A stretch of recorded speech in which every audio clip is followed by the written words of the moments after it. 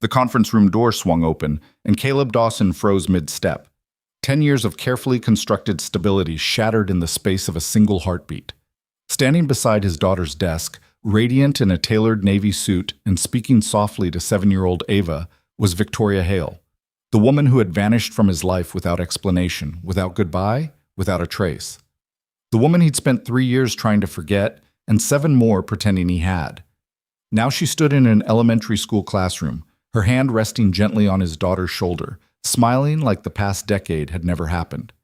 Caleb's tool belt suddenly felt impossibly heavy. Construction dust still clung to his jeans.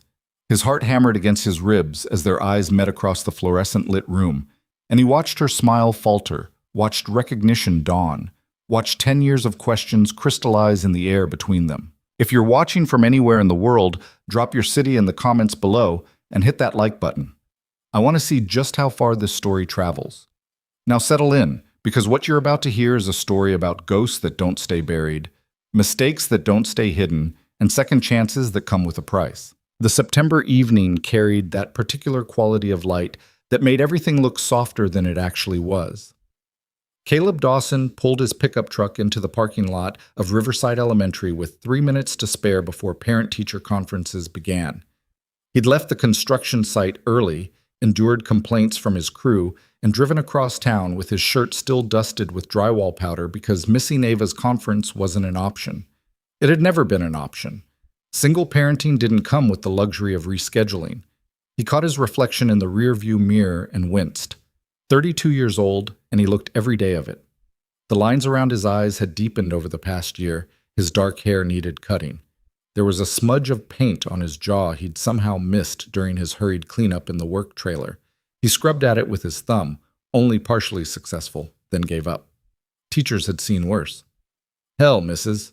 Patterson had seen him show up in full work gear more times than he could count. Ava was worth every rushed evening, every early morning, every sacrifice that had become so routine he barely registered them anymore. The school hallway smelled like floor wax and construction paper, familiar and oddly comforting. Caleb nodded to a few other parents he recognized as he made his way toward room 14. The walls were covered in student artwork, bright splashes of color depicting families and pets and houses with impossibly cheerful suns. He spotted Ava's contribution immediately, a careful rendering of the two of them standing in front of their small house, her holding his hand. The detail made his chest tight. She'd drawn him with his tool belt. She'd drawn herself with the book he'd been reading to her at night. She'd drawn their life exactly as it was, just the two of them, making it work. "Mr. Dawson!" Mrs. Patterson's warm voice pulled him from his thoughts. She stood in her classroom doorway, glasses perched on her nose, cardigan despite the lingering warmth of early fall. "Right on time. Come in, come in." "Wouldn't miss it," Caleb said, stepping through the door. "How's she—" The words died in his throat. The woman standing beside Ava's desk turned at the sound of his voice, and the world tilted sideways. Victoria Hale. 10 years vanished in the space of a breath. She looked different, polished in ways she hadn't been at 22, her dark hair shorter and professionally styled, her posture carrying an authority she'd still been learning back then. The navy suit probably cost more than his mortgage payment, but her eyes were the same. Those impossibly green eyes that had once looked at him like he was the only solid thing in an uncertain world. Those same eyes now widened in recognition, in shock, in something that looked disturbingly like guilt. "Caleb," she breathed, and hearing his name in her voice after a decade of silence felt like a punch to the solar plexus. Mrs. Patterson glanced between them, clearly sensing the sudden tension, but misreading its source. "Oh, wonderful. You two know each other. Ms. Hale has been such a gift to our mentorship program. She's been working with Ava for nearly 3 months now." 3 months. Victoria had been in his daughter's life for 3 months, and he'd had no idea. "We knew each other," Caleb managed, his voice rough. "A long time ago." "What a small world," Mrs. Patterson said brightly, oblivious. "Ms. Hale was just telling me how much progress Ava's made in the reading program. She's really blossomed having a mentor." Caleb couldn't look away from Victoria. She stood frozen, her professional composure cracking at the edges. Her hands, he noticed, were trembling slightly. Good.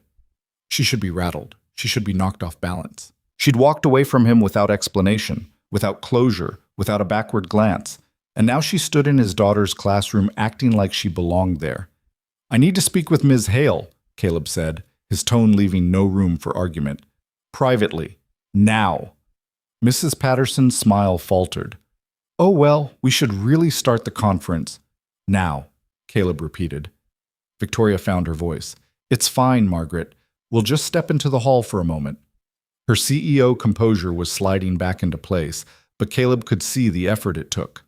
"We clearly have some catching up to do." The hallway was emptier now, most parents already settled into their conferences. Caleb walked until they were out of earshot, then turned to face the woman who had been the first great heartbreak of his life. Up close, he could see the tiny lines at the corners of her eyes, the slight shadows beneath them that expensive makeup couldn't quite hide. She looked successful. She looked powerful. She looked terrified. 3 months, Caleb said quietly, dangerously. "You've been mentoring my daughter for 3 months." "Caleb, I didn't know what—" "Don't." The word came out sharper than he intended. He took a breath, forced his voice level. "Don't lie to me, Victoria. Not after everything. You knew exactly who Ava was. The moment you saw her file, the moment you saw the father's name listed, you knew." Victoria's professional mask crumbled. She wrapped her arms around herself, a gesture so familiar it hurt. "Yes," she whispered. "I knew. And you said nothing." "I didn't know what to say." Caleb laughed, but there was no humor in it. "How about hello? How about, I'm sorry I disappeared without explanation? How about literally anything except this?" He gestured helplessly. "Whatever this is." "I wanted to tell you." "When? After how long?" 3 months, Victoria. You've been spending time with my daughter, becoming important to her, and I had no idea you even existed in her world." Victoria flinched. "She talks about you constantly, every session. My dad teaches me to use tools. My dad makes the best pancakes. My dad says reading is important." I listened to her describe her whole life, your whole life, and I couldn't— She trailed off, blinking rapidly. "You couldn't what? Find 30 seconds to send a text, make a phone call, show up like an adult instead of a ghost?" I was scared. "Of what?" "Of this." Victoria's composure shattered. "Of seeing that look on your face, of having to explain why I left, of opening up everything I spent 10 years trying to bury." Caleb stared at her. In the harsh fluorescent lighting of the elementary school hallway, with children's artwork surrounding them and the faint sound of parent-teacher conferences humming through closed doors, the absurdity of the situation struck him. A decade ago, he would have done anything to get answers from this woman. He'd called her number until it was disconnected. He'd shown up at her apartment to find new tenants. He'd contacted her friends, her former co-workers, anyone who might know where she'd gone. He'd spent months convinced something terrible had happened, that she needed help, that their connection had been real enough that she wouldn't just vanish. Eventually, he'd accepted the truth. She'd chosen to leave. She'd chosen not to tell him why. She'd chosen to let him wonder and hurt, and eventually, slowly, move on.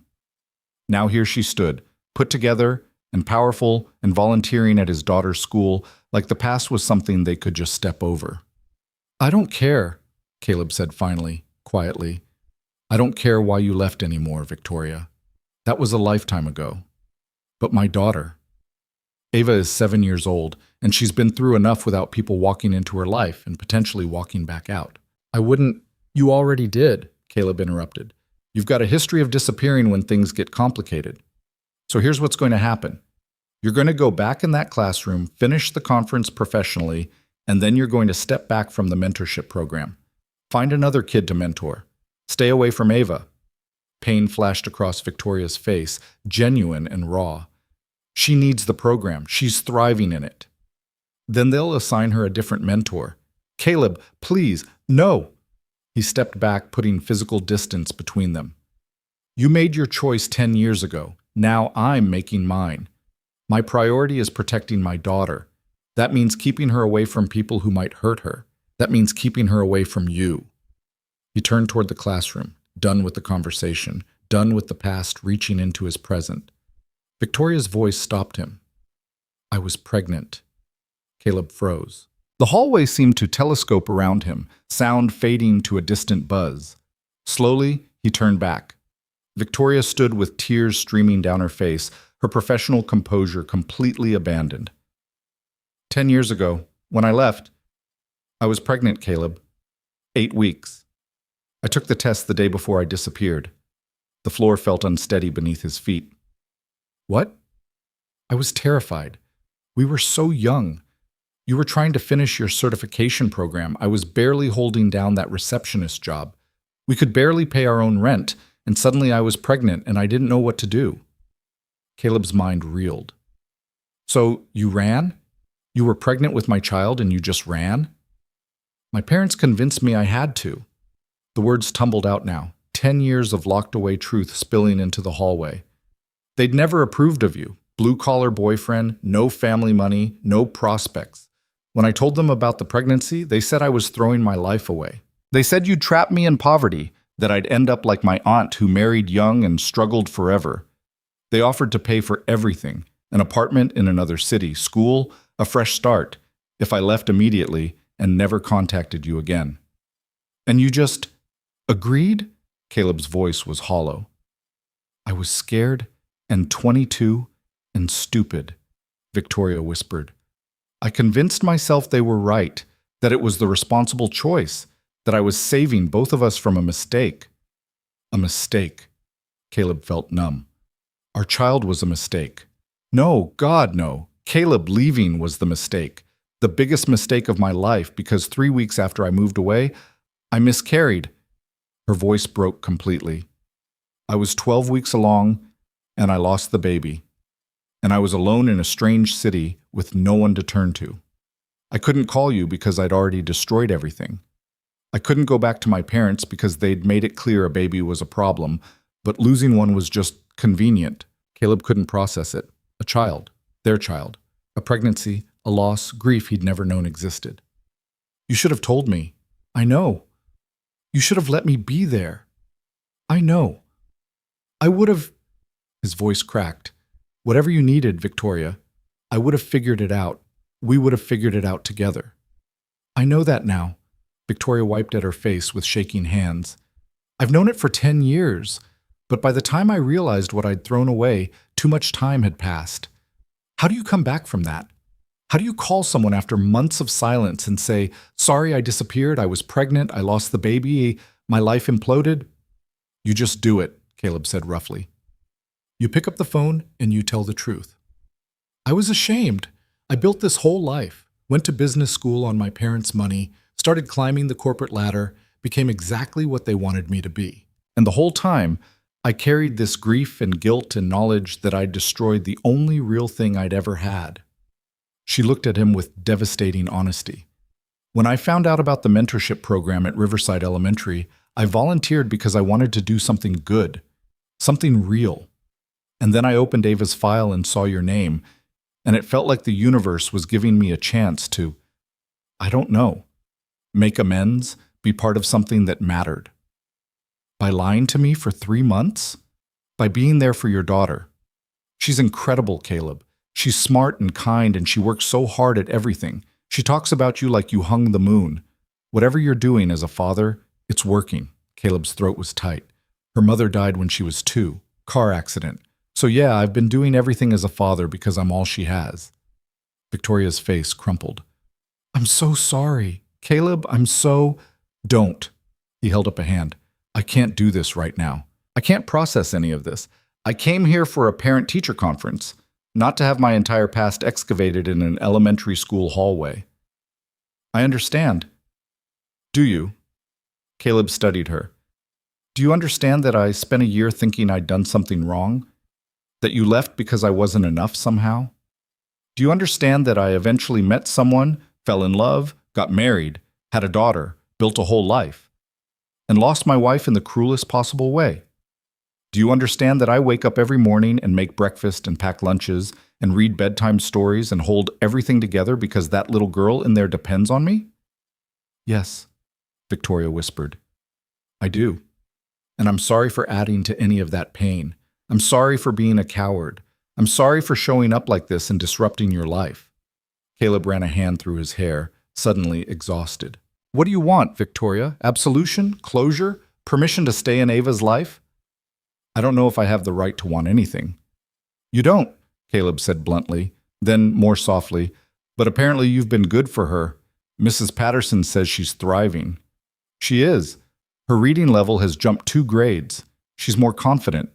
She volunteers answers in class now. Despite everything, Caleb felt a flicker of parental pride. She's always been smart. Just needed someone to see it. You see it, Victoria said. Everything she is, that's you. That's your influence. They stood in silence, the weight of 10 years settling between them. In another world, Caleb thought distantly, they might have had this conversation over coffee or dinner, somewhere neutral and adult. Instead, they were standing in an elementary school hallway, surrounded by finger paintings and alphabet charts, trying to navigate a past that had ambushed them both. I need to think about this, Caleb said finally. All of it, the mentorship, the past, everything. Victoria nodded. Take all the time you need. But right now I need to go hear about my daughter's progress in school, and you need to be professional enough to deliver that information without making this any more complicated. I can do that. Can you? Caleb met her eyes. Because 3 months ago, you made the choice to insert yourself into our lives without telling me. That doesn't exactly scream professional boundaries. Victoria straightened, and Caleb glimpsed the CEO she'd become. You're right. I crossed lines I shouldn't have. Going forward, complete transparency. No more secrets, no more hiding. Going forward, Caleb echoed. He wasn't sure yet if there would be a going forward, but the conference still needed to happen. Let's go. Mrs. Patterson looked relieved when they returned to the classroom. Everything all right? Fine, Caleb said, settling into one of the small student chairs that made him feel like a giant. Just had some catching up to do. Let's talk about Ava. The next 20 minutes were surreal. Mrs. Patterson walked them through Ava's progress reports, test scores, and social development. Victoria contributed observations from the mentorship sessions. Ava's growing love of chapter books, her careful approach to new challenges, her tendency to help other students who struggled. She spoke professionally, keeping appropriate boundaries, but Caleb could hear the genuine affection beneath the measured words. His daughter had formed a bond with this woman, a real connection. That complicated everything. She's mentioned her mentor a few times, Caleb admitted when Mrs. Patterson stepped out to grab some additional materials. Didn't know it was you. She doesn't know my full name, Victoria said quietly. I go by Mrs. Vicky with the kids. Seemed safer, less complicated. Everything about this is complicated. I know. Mrs. Patterson returned with samples of Ava's work, stories she'd written, math worksheets covered in careful addition, a science project about butterflies. Caleb studied his daughter's handwriting, the way she dotted her I's with little circles, the improvement from the beginning of the year to now. She's doing really well, he said, and meant it. She is, Mrs. Patterson agreed. Some of that is natural development, but the mentorship program has made a real difference. Ms. Hale has been exceptional with her. Caleb glanced at Victoria, who looked down at her hands. The conference concluded with schedules for upcoming events, fall festival, parent volunteer opportunities, the winter concert. Caleb nodded along, making mental notes of dates he'd need to juggle with work schedules. Single-parent logistics never ended. As they stood to leave, Mrs. Patterson touched Victoria's arm. Will you be able to continue the mentorship sessions? The program's been so beneficial. Victoria looked at Caleb. The question hung in the air between them. Every instinct told him to say no, to protect Ava from potential hurt, to keep his past and present separate, to maintain the boundaries that had kept them both safe. But he thought about Ava's improved reading scores, her growing confidence, the way she'd mentioned her mentor with genuine excitement. He thought about the pregnancy Victoria had carried alone, the loss she'd endured in isolation, the grief that had clearly shaped the last decade of her life. He thought about his own loss. Sarah, taken too soon, leaving him to parent alone. He thought about second chances and forgiveness, and whether either of them deserved one. We'll discuss it, Caleb said finally, non-committally. I'll let you know. Outside in the parking lot, the September evening had deepened into dusk. Parents streamed out of the school, climbing into minivans and SUVs, heading home to dinner and homework and bedtime routines. Normal life. Uncomplicated life. Victoria walked beside him in silence. When they reached his truck, she stopped. "I really am sorry," she said, "for all of it. I don't expect forgiveness. I don't even know if I deserve a conversation. But Ava's a special kid, and if there's any way I can be part of helping her thrive without causing you pain, I'd like to try." Caleb leaned against his truck, studying the woman before him. She looked both familiar and foreign. The girl he'd loved at 22, visible beneath the polished CEO exterior, but changed by grief and time and choices that couldn't be undone. "I loved you," he said quietly. "When you left, it broke something in me. And I put that break back together, but it's still there. A crack I learned to live with." "I know. And now you're asking to be around my daughter, the most important person in my world, the one thing I've managed not to break." Victoria's eyes shimmered with unshed tears. "I understand if that's too much, if I'm too much of a risk." "Yeah," Caleb said. "You are." He climbed into his truck, started the engine. Through the windshield, he could see Victoria standing in the parking lot, arms wrapped around herself against the evening chill, watching him leave. This time, he was the one driving away. The irony wasn't lost on him. The small house on Maple Street had been home for 5 years now. Caleb had bought it with life insurance money after Sarah died, a thought that still made his chest tight. Trading his wife's life for a 3-bedroom ranch with a fenced yard felt like the cruelest transaction imaginable. But Ava had needed stability, needed a real home, so he'd signed the papers and tried not to think about the price. Mrs. Chen from next door was on the porch when he pulled into the driveway. She'd been watching Ava during the conference, as she did several evenings a week in exchange for Caleb fixing things around her house and shoveling her walk in winter. It was the kind of neighborly arrangement that made single parenting possible. "How'd it go?" Mrs. Chen asked, following him inside. "Complicated," Caleb said. "She home?" "Kitchen, working on that book report." Ava sat at the kitchen table surrounded by markers and construction paper, her dark hair pulled into a lopsided ponytail she'd clearly done herself. She looked up when Caleb entered, and her whole face lit up. "Dad, how was the conference? Did Mrs. Patterson tell you about my reading level?"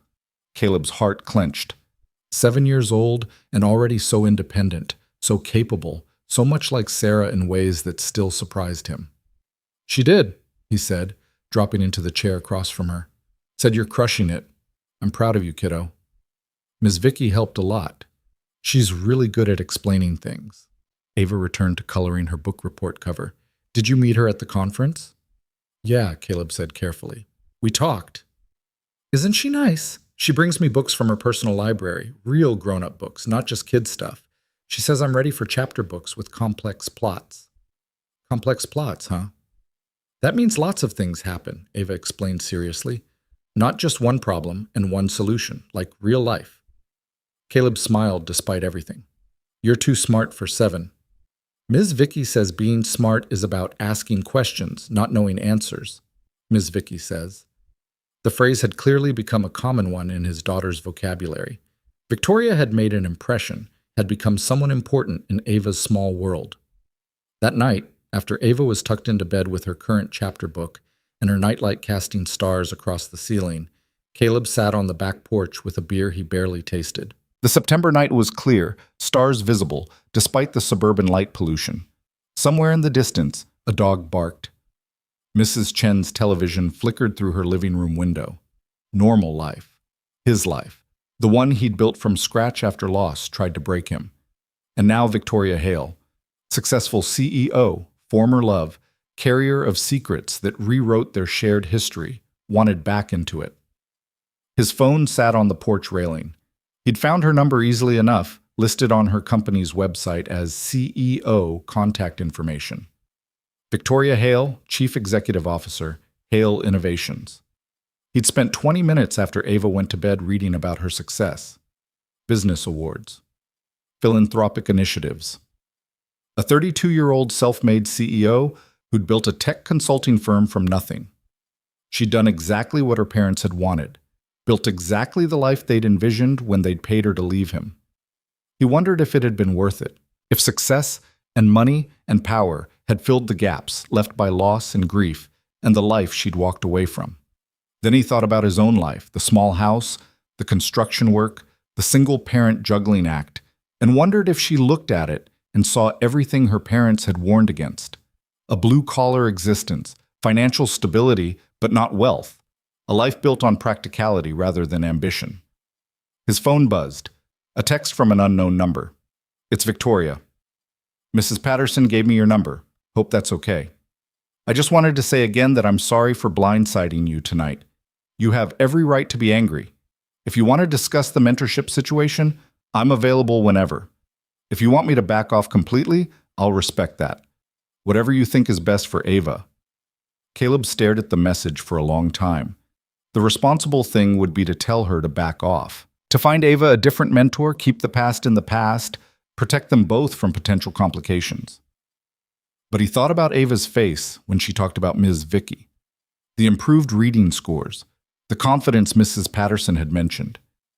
He thought about the pregnancy Victoria had carried alone, the loss she'd endured without support, the decade of guilt she'd clearly lived with. He thought about Sarah, who'd believed in second chances and forgiveness, even when he'd struggled with both. Finally, he typed a response. "One coffee. Thursday after work, we talk about ground rules. That's it." The reply came almost immediately. "Thank you. I'll be there." Caleb set the phone down and looked up at the stars. Sarah used to say the universe had a way of bringing things full circle, of forcing people to face what they'd left unfinished. He'd always thought it was optimistic nonsense. Now he wasn't so sure. Thursday felt both too far away and not nearly far enough. Caleb went through the motions of his week: worksite management, crew coordination, evening routines with Ava, while his mind churned through everything Victoria had revealed. A pregnancy, a miscarriage, 10 years of silence built on grief and shame. Part of him was furious at her for leaving, at her parents for manipulating her, at the whole situation for being so goddamn complicated. But another part, the part that had loved her once, that understood fear and impossible choices, felt something uncomfortably close to sympathy. Wednesday night, Ava had her regular mentoring session. Caleb had considered canceling it, but that felt like punishing his daughter for adult complications. So he dropped her off at the library where the program held sessions and tried not to think about Victoria sitting across from her, helping with reading comprehension, being kind and patient and present in a way that would make Ava trust her. When he picked her up an hour later, Ava was glowing. "We read 3 whole chapters of Matilda," she reported, buckling herself into the back seat. "And Ms. Vicky said next week we can start Charlotte's Web. She says I'm ready for the sad parts now." Caleb met Victoria's eyes through the library window. She stood surrounded by other mentors, professional and appropriate and completely out of his reach. She didn't wave, didn't acknowledge him beyond that brief eye contact. But the look on her face, careful and uncertain and hopeful, told him everything. Thursday arrived with unexpected rain, the kind of steady September drizzle that made construction sites miserable and pushed timelines back. Caleb left the site at 4:30, covered in mud and frustration, and considered canceling the coffee meeting. It would be easy enough. A text, an excuse, a postponement that could stretch indefinitely. Instead, he went home, showered, changed into clean jeans and a flannel shirt that didn't smell like drywall, and drove to the coffee shop Victoria had suggested. It was downtown, trendy in a way that made him feel out of place, full of people in business, casual typing on laptops, and discussing things that sounded important. Victoria was already there, tucked into a corner table with 2 cups of coffee. She'd changed from whatever CEO outfit she'd worn to work into dark jeans and a simple sweater. Trying to look approachable, Caleb guessed. Trying to look like the girl she'd been at 22 instead of the woman she'd become. "Hi," she said as he approached. "I got you a black coffee. Wasn't sure if you still took it that way." "I do." Caleb sat across from her, the small table forcing them into uncomfortable proximity. "Thanks." They sat in silence for a moment, the coffee shop noise filling the space between them. Rain streaked the windows. Someone's laptop pinged with notifications. Normal sounds of normal life. I don't know where to start, Victoria admitted finally. Neither do I, Caleb said. So let's start with the present. Ava, the mentorship. What happens now? Victoria wrapped her hands around her coffee cup. What do you want to happen? I asked you first. Fair enough. She took a breath. I want to keep mentoring her. She's brilliant, Caleb, and she responds so well to the program. But I understand if that's not possible. If my presence is too complicated or painful or just too much. It is too much, Caleb said honestly. All of it. Running into you like that, finding out you've been in Ava's life for months, learning about the pregnancy and the loss. It's too much to process. Victoria nodded, pain flickering across her face. But, Caleb continued, Ava's thriving. Mrs. Patterson says it's the mentorship that made the difference, and Ava talks about you constantly. So walking away from that, cutting you out completely, it would hurt her. And I'm not willing to do that. So what are you willing to do? Set boundaries, Caleb said firmly. Clear ones. You mentor Ava. That's it. You don't try to become her friend. You don't try to get close to me. You keep it professional and appropriate, and you remember that she's 7 years old and doesn't need adult complications bleeding into her life. I can do that. Can you? Caleb leaned forward. Because so far, your track record on boundaries and honesty isn't great. The words landed hard. Victoria flinched but didn't argue. You're right. I messed up. I should have told you immediately when I realized Ava was your daughter. I should have been transparent instead of scared. Why were you scared? Of exactly this. Of seeing how much I'd hurt you. Of having to face what I'd thrown away. Victoria met his eyes. I spent 10 years convincing myself that leaving was the right choice. That I'd saved us both from a mistake. That building a successful life meant I'd made the right decision. And then I saw Ava's file, and all of that just crumbled. Because you realized what you'd actually lost? Because I realized I'd spent a decade lying to myself. Her voice was quiet but steady. The miscarriage destroyed me, Caleb. Not just the loss itself, but the isolation. The knowing that I'd pushed away the one person who would have understood, who would have grieved with me. I built a whole life around never feeling that vulnerable again, never letting anyone close enough to hurt me. How'd that work out? I'm a successful CEO with a beautiful penthouse and no one who actually knows me, Victoria said. So, not great, if we're being honest. Caleb studied her. The polished exterior, the careful composure, the shadows under her eyes that spoke to sleepless nights and unresolved grief. He wanted to stay angry. Anger was safe. Anger created distance. But sitting across from her, watching her hold herself together while admitting to a decade of loneliness, he felt the anger starting to crack. I can't forgive you, he said quietly. Not yet. Maybe not ever. What you did, leaving like that, staying silent for 10 years, it's not something that gets fixed over coffee.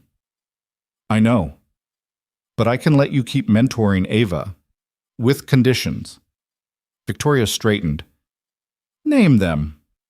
Complete transparency. If anything changes, if you need to step back, if there's any conflict, you tell me immediately. No more secrets. Agreed. You keep it professional. You're her mentor, not her friend, not her anything else.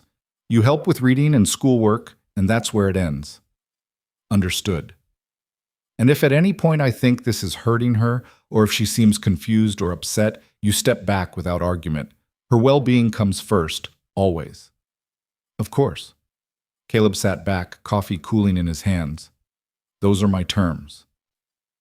I accept all of them. Victoria's eyes were bright with unshed tears. Thank you for giving me this chance. I know I don't deserve it. You don't, Caleb agreed. But Ava deserves to keep thriving. So we try this. Carefully. They sat in silence again, but it felt different now. Less hostile. Still complicated, still weighted with history, but no longer quite so impossible. Can I ask you something? Victoria said eventually. Depends on the question. Ava's mother, Sarah. What was she like? Caleb's throat tightened. Why do you want to know? Because she raised Ava for 2 years. Because she's part of why your daughter is so incredible. Because, I don't know. It feels important. He considered refusing, considered keeping Sarah separate from this complicated situation with Victoria. But something in Victoria's expression, genuine curiosity without jealousy, honest interest without agenda, made him answer. She was kind, Caleb said simply, patient. She saw the best in people, even when they didn't deserve it. She believed in second chances. He smiled slightly. She would have told me to give you one, would have said everyone deserves a chance to make things right. She sounds wonderful. She was, and she deserved more time than she got. I'm sorry, Victoria said, and it was clear she meant it. For your loss, for Ava's, for all of it. They talked for another hour, careful conversation, navigating around the deepest hurts, finding neutral ground. Victoria told him about building her company, about the pressure and isolation that came with success. Caleb talked about construction work, about the satisfaction of building things that lasted, about the constant juggling act of single parenting. They didn't solve anything, didn't fix the past or clarify the future, but they built something fragile. Not trust, not yet, but maybe the beginning of understanding. When they finally left the coffee shop, rain had stopped. The evening was cool and clear, puddles reflecting streetlights. Thank you for this, Victoria said, for being willing to try. I'm doing it for Ava, Caleb reminded her, not for you. I know, but still, thank you. She walked toward an expensive sedan parked down the street. Caleb watched her go, this woman who was both a stranger and heartbreakingly familiar. The girl he'd loved at 22 had become a CEO. The construction worker she'd left had become a father. They were different people now, shaped by loss and choice and time. But as he drove home through the quiet streets, past familiar landmarks and toward the small house where his daughter slept, Caleb couldn't shake the feeling that this wasn't over, that coffee and ground rules and professional boundaries were just the beginning of something neither of them fully understood yet. At home, he checked on Ava, asleep with Charlotte's Web on her nightstand, her mentor's choice, and stood in her doorway for a long moment, watching her breathe. His whole world, his entire heart. Whatever happened with Victoria, whatever complications arose from their tangled history, protecting Ava came first. Everything else was just details. The next 2 weeks settled into an uneasy rhythm. Victoria continued the mentorship sessions every Wednesday evening, and Caleb dropped Ava off at the library with careful politeness and nothing more. They exchanged brief updates about Ava's progress, always professional, always appropriate, always maintaining the boundaries they'd agreed upon over coffee. Victoria sent weekly emails summarizing what they'd covered in each session, books they'd read, skills they'd practiced. Caleb responded with single-line acknowledgments. It was cordial, functional, safe, and it was driving him slowly insane, because every time he picked Ava up from mentoring, his daughter glowed with excitement about what Ms. Vicky had taught her, what stories they'd discussed, what questions she'd been encouraged to ask. Ava was thriving in ways that went beyond reading comprehension. She was more confident at school, more willing to try difficult things, more comfortable being herself. Victoria was good for her. There was no denying that. But watching his daughter form a genuine attachment to the woman who'd once broken his heart created a knot of anxiety in Caleb's chest that he couldn't quite shake. What happened when Victoria got bored with playing mentor? When the novelty wore off and she moved on to the next philanthropic project? When things got complicated and she did what she'd always done? Disappeared? You're thinking too loud again, his best friend Marcus said one Friday afternoon at the construction site. They were overseeing the framing crew on a commercial renovation, but Caleb had been staring at the same blueprint for 10 minutes without actually seeing it. I'm thinking at a normal volume, Caleb muttered. Man, you've been weird for weeks. What's going on? Marcus had known him since high school, had been best man at his wedding to Sarah, had helped him navigate early widowhood with a patience Caleb still didn't know how to properly thank him for. If anyone had earned the right to push, it was Marcus. Caleb set down the blueprint. Remember Victoria? Marcus's eyes widened. Victoria as in the one who ghosted you back in the day? That Victoria? That would be the one. What about her? She's been mentoring Ava for 3 months. Turns out she volunteers at the elementary school. You're kidding. Wish I was. Caleb gave Marcus the condensed version, the parent-teacher conference ambush, the pregnancy revelation, the coffee shop conversation, the current arrangement. Marcus listened without interrupting, which was one of his better qualities. When Caleb finished, Marcus let out a low whistle. That's heavy, man. How are you holding up? I don't know, Caleb admitted. Some days I think I'm handling it fine. Other days I want to pull Ava from the program and pretend Victoria doesn't exist. And then Ava comes home talking about books and confidence and how Ms. Vicky says she can do hard things, and I can't bring myself to take that away from her. But you're worried Victoria will bail again.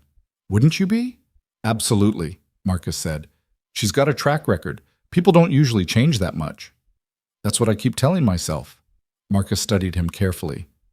But you're not entirely convinced. I don't know what I am, Caleb said honestly.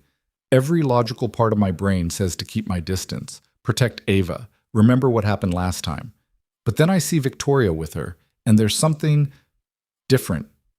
She's genuine with Ava, patient, present, not performing or pretending. Or she's gotten better at hiding. Maybe. Caleb picked up the blueprint again, not really looking at it. Sarah would have given her a chance, would have said everyone deserves the opportunity to make things right. Sarah also thought the best of everyone, which was beautiful but not always practical. Marcus's voice was gentle. You don't have to be Sarah, Caleb. You get to protect yourself and your daughter however you see fit. I know. I just wish I knew what the right call was here. There might not be a right call. Might just be the best call you can make with the information you have. The conversation stayed with Caleb through the weekend. Saturday morning, he took Ava to the farmer's market downtown, a weekly tradition they'd established after Sarah died, something just for the two of them. Ava held his hand as they wandered between vegetable stalls and craft vendors, chattering about school and friends and the chapter book she was reading.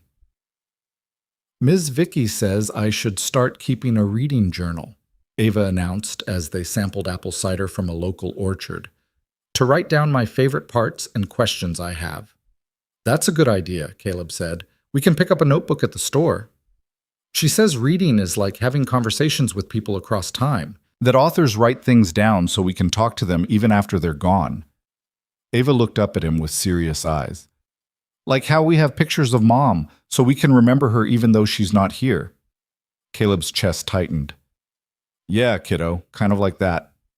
Do you think Mom would have liked Ms. Vicky? The question caught him off guard.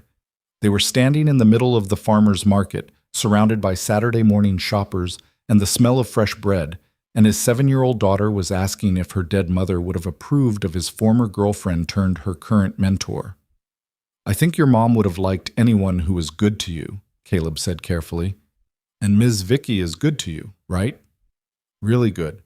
She listens when I talk about books. She doesn't treat me like I'm too little to understand big ideas. Then yeah, I think Mom would have liked her. Ava seemed satisfied with that answer. She pulled him toward the stall selling honey, already moving on to the next thing, the way kids could. But Caleb stayed stuck on the question, on the strange reality of his daughter connecting his past and present in ways he hadn't expected. That evening, after Ava was in bed, Caleb found himself looking up Hale Innovations on his laptop. Victoria's company website was sleek and professional, full of corporate language about synergy and innovation and strategic partnerships. There were photos of her at conferences, accepting awards, speaking on panels. In every picture, she looked confident and successful and completely in control.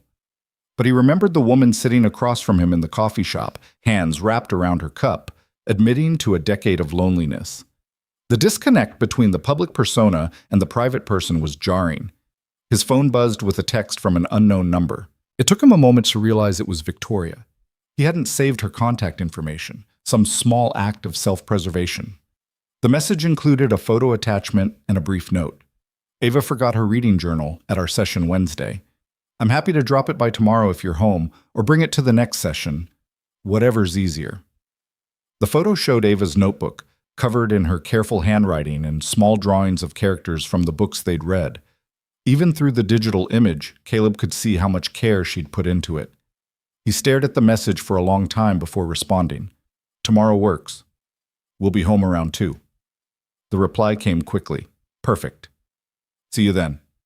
Caleb set the phone down and scrubbed his hands over his face. Just a simple exchange about returning a forgotten notebook, but it felt like crossing another line, letting Victoria further into their lives. The boundaries he'd set were already blurring, and he didn't know how to feel about it. Sunday afternoon arrived with the kind of crisp autumn weather that made Caleb wish he could spend the day outside with Ava instead of dealing with complicated emotional situations. But at precisely 2 o'clock, an expensive sedan pulled into his driveway, and Victoria emerged with Ava's reading journal in hand. She looked different than she had at the coffee shop, more casual, in jeans and a sweater, her hair pulled back in a simple ponytail. She could have been the girl he'd dated a decade ago, if not for the luxury car and the designer watch. "Hi," she said when he opened the door. "I won't keep you. Just wanted to return this." "Ms. Vicky," Ava appeared behind Caleb, delight written across her face. "You brought my journal." Victoria's expression softened immediately. "Couldn't have you losing all those excellent observations. You had some really insightful thoughts about Charlotte's Web." "Do you want to come in?" Ava asked before Caleb could say anything. "We're making cookies." "Well, Dad's making cookies. I'm helping." Caleb shot Victoria a look that clearly said she should decline, keep the boundaries intact, stick to the plan. But Victoria's eyes met his with something that looked like a silent question, a request for permission he didn't want to grant. "Ava, Ms. Vicky probably has other plans," Caleb started. "Actually, I don't," Victoria said quietly, "but only if it's okay with your dad." Both of them looked at him now. Ava with hopeful excitement, Victoria with careful neutrality that didn't quite mask the vulnerability beneath it. He should say no. Should maintain the separation between mentor and personal life. Should protect the boundaries they'd agreed on. "Just for a little while," Caleb heard himself say. "We're making chocolate chip cookies. Nothing fancy." Ava cheered and grabbed Victoria's hand, pulling her inside before either adult could reconsider. Caleb watched his daughter, who was usually cautious with new people, slow to warm up, treat Victoria like a familiar friend. The ease of it unsettled him. The kitchen was chaos in the way only baking with a 7-year-old could create. Flour dusted the counters, chocolate chips had somehow ended up in a trail across the floor, and the mixing bowl held what Caleb hoped would eventually become cookie dough, but currently looked like a science experiment. "We're using my mom's recipe," Ava explained to Victoria, showing her the flour-stained index card. "Dad keeps it in the recipe box. It makes the best cookies in the whole world." Victoria studied the card with genuine interest. "Your mom had beautiful handwriting. Dad says she wrote everything down, recipes and garden plans and lists of books she wanted to read." Ava climbed onto the step stool by the counter. "He saved all of it for me." Caleb busied himself with measuring vanilla extract, not trusting himself to look at either of them. Yes, he'd saved everything of Sarah's. The recipe cards, the journals, the random post-it notes she'd left stuck to the bathroom mirror with reminders and jokes. He'd saved it all because someday Ava might want to know her mother beyond the stories he could tell. "That's a beautiful gift," Victoria said softly. They fell into an easy rhythm. Ava narrated each step of the recipe with serious concentration. Victoria followed her instructions with appropriate reverence, and Caleb tried to reconcile this domestic scene with everything he'd convinced himself about keeping Victoria at a distance. "Can you crack the eggs, Ms. Vicky?" Ava asked. "Dad says I'm not ready to do eggs without getting shells and everything." "I'm barely ready to do eggs without getting shells and everything," Victoria admitted, but she cracked them perfectly into the bowl. "You're really good at that." "I spent a summer working in a diner kitchen during college. You crack a lot of eggs." Ava's eyes widened. "You worked in a diner? Like with burgers and pancakes?" "Exactly like that. It was hard work, but I learned a lot." Caleb remembered that summer. Victoria had taken the job to help pay rent when her parents had briefly cut her off for dating him. She'd come home smelling like fryer grease and sporting burns up her arms from the grill. They'd been so young, so convinced they could make it work through sheer determination. "Why aren't you still a cook?" Ava asked. "I found other work I loved more, but those skills came in handy. Cracking eggs, working fast under pressure, staying organized when everything's crazy. That applies to lots of jobs." "Like being a CEO?" Victoria laughed, surprised. "Yeah, actually. A lot like being a CEO. They slid the cookies into the oven, and Ava insisted Victoria stay until they were done. Caleb found himself watching them together as Ava showed Victoria her bookshelf, explaining which ones were her favorites and why. Victoria listened with complete attention, asking thoughtful questions, treating Ava's opinions with respect. This was what had been missing from the carefully controlled mentoring sessions at the library. The genuine connection, the easy rapport, the way Victoria seemed to light up around his daughter. It was real. Caleb could see that now, watching them together in his living room. That scared him more than anything. The timer went off, and they reconvened in the kitchen. The cookies had spread a bit too much. Caleb had probably undermeasured the flour. But they smelled perfect. Sarah's recipe never failed. "These need to cool," Caleb said, transferring them to a wire rack. 5 minutes minimum. "I don't know if I can wait 5 minutes," Ava said dramatically. "They smell too good." "Delayed gratification builds character," Caleb replied, echoing something his own father had told him countless times. "What's delayed gratification?" "Waiting for good things instead of rushing," Victoria explained. "It's hard, but worth it." They managed to wait almost 4 minutes before Ava declared the cookies cool enough. Caleb poured milk, and they sat around the kitchen table. The same table where Caleb had learned Victoria was pregnant a decade ago, where he'd held Ava after Sarah's funeral, where they ate dinner every night and did homework and lived their lives. Having Victoria there felt surreal. "These are amazing," Victoria said after her first bite. Sarah had excellent taste in recipes. "She had excellent taste in everything," Caleb said before he could stop himself. "Except maybe husbands.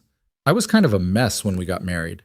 "Dad wasn't a mess," Ava protested loyally. "Mom told Nana you were the best person she'd ever met." Caleb's throat tightened. "She said that?" "Nana told me. She said Mom knew right away you were special." Victoria was very quiet, her cookie forgotten on her napkin. Caleb caught her expression, something that looked like regret mixed with resignation. The reminder of what she'd walked away from couldn't be comfortable. "Your mom was very smart," Victoria said to Ava. "If she thought your dad was special, she was absolutely right." The afternoon stretched longer than Caleb had planned. Ava convinced Victoria to read with her, and they ended up on the living room couch with Charlotte's Web. Ava snuggled against Victoria's side like it was the most natural thing in the world. Caleb tried to focus on cleaning the kitchen, but he kept glancing over at them, at his daughter's complete trust and Victoria's gentle patience.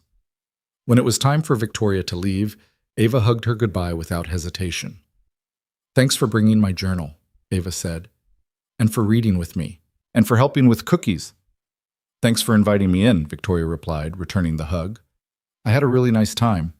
Caleb walked her to the door, leaving Ava to put the leftover cookies in the container. "Thank you," Victoria said quietly, "for letting me stay. I know it wasn't part of the plan." "Ava wanted you here," Caleb said, which wasn't quite an answer but was all he could manage. "She's incredible. You've done an amazing job with her. I've done my best. Some days that feels like enough.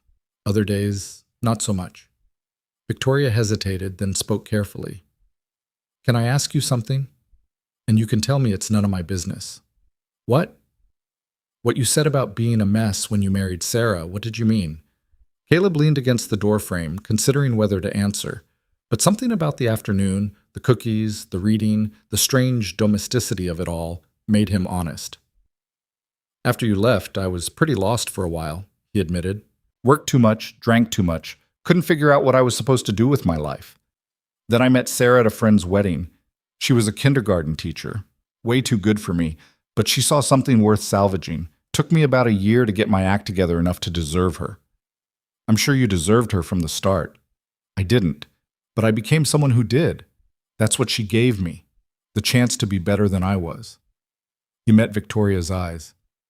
"So when you ask yourself if people can change, if someone can become different than they were at 22, the answer's yes. I'm living proof." Victoria's eyes were bright. "I'm glad she found you. Glad she saw what I was too scared to believe in." "Victoria, I should go," she said quickly. "But thank you. For the cookies, for letting me see this part of your life, for trusting me with Ava, even when you're not sure you should." She was gone before Caleb could respond. her car pulling out of the driveway and disappearing down the street. He stood in the doorway longer than necessary, trying to process what had just happened. "I like her, Dad," Ava said from behind him. Caleb turned to find his daughter watching him with observant eyes that saw too much. "I know you do, kiddo." "Do you like her?" The question was more complicated than a 7-year-old could understand. Did he like the polished CEO who volunteered at elementary schools? The woman who'd walked away without explanation? The mentor who was helping his daughter thrive?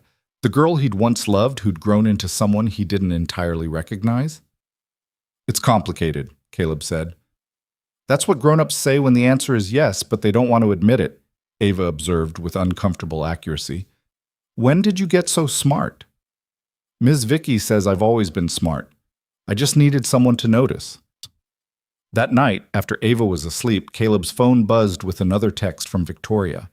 "I overstepped today. I should have declined the invitation, kept the boundaries we agreed on. I'm sorry for making things more complicated." Caleb stared at the message, then typed a response. "You didn't overstep. Ava invited you and you made her happy. That's what matters." Is it? Or am I making this harder for everyone? He could have reassured her, could have kept things smooth and uncomplicated. Instead, he typed the truth. "I don't know yet.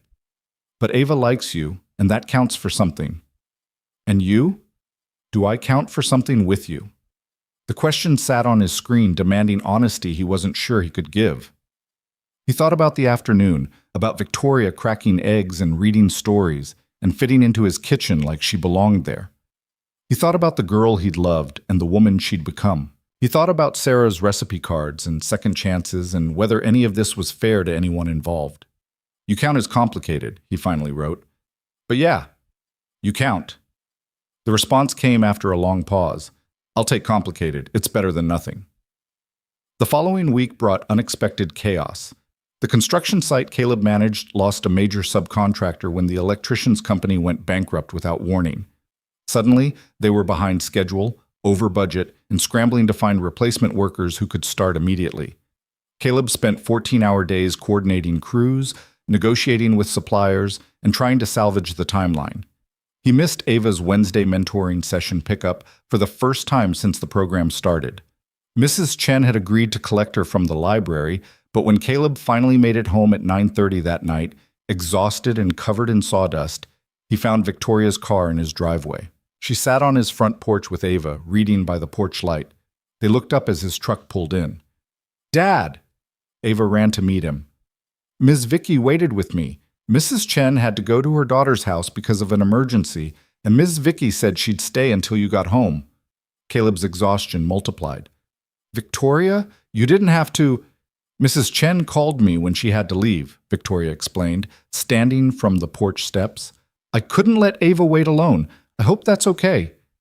It should have bothered him. Should have felt like an intrusion, another boundary crossed.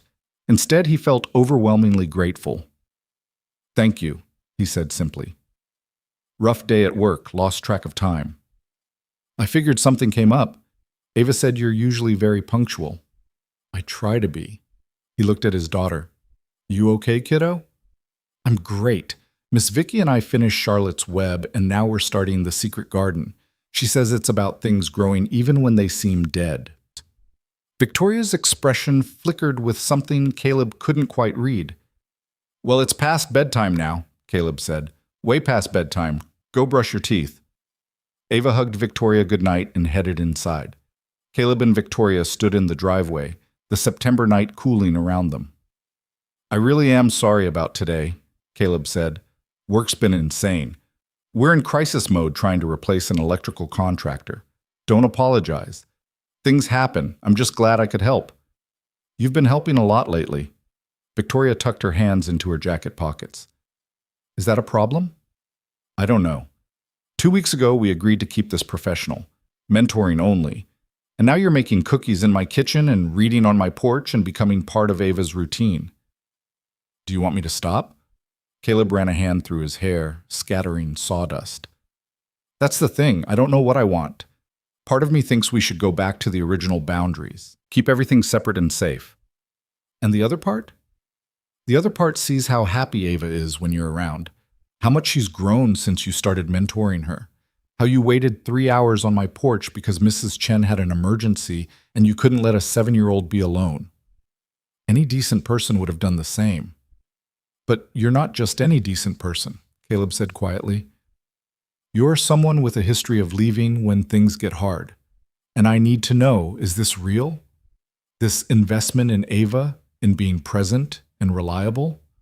Or is this guilt-driven volunteering that'll fade when something more interesting comes along?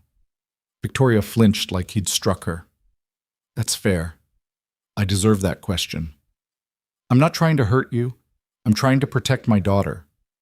I know. Victoria's voice was steady despite the pain in her eyes. And you should protect her. She should have people in her life who are absolutely certain they're staying. I can't give you certainty, Caleb. I can't promise I won't mess up or that my being around is the right choice. But I can promise that what I feel for Ava is genuine.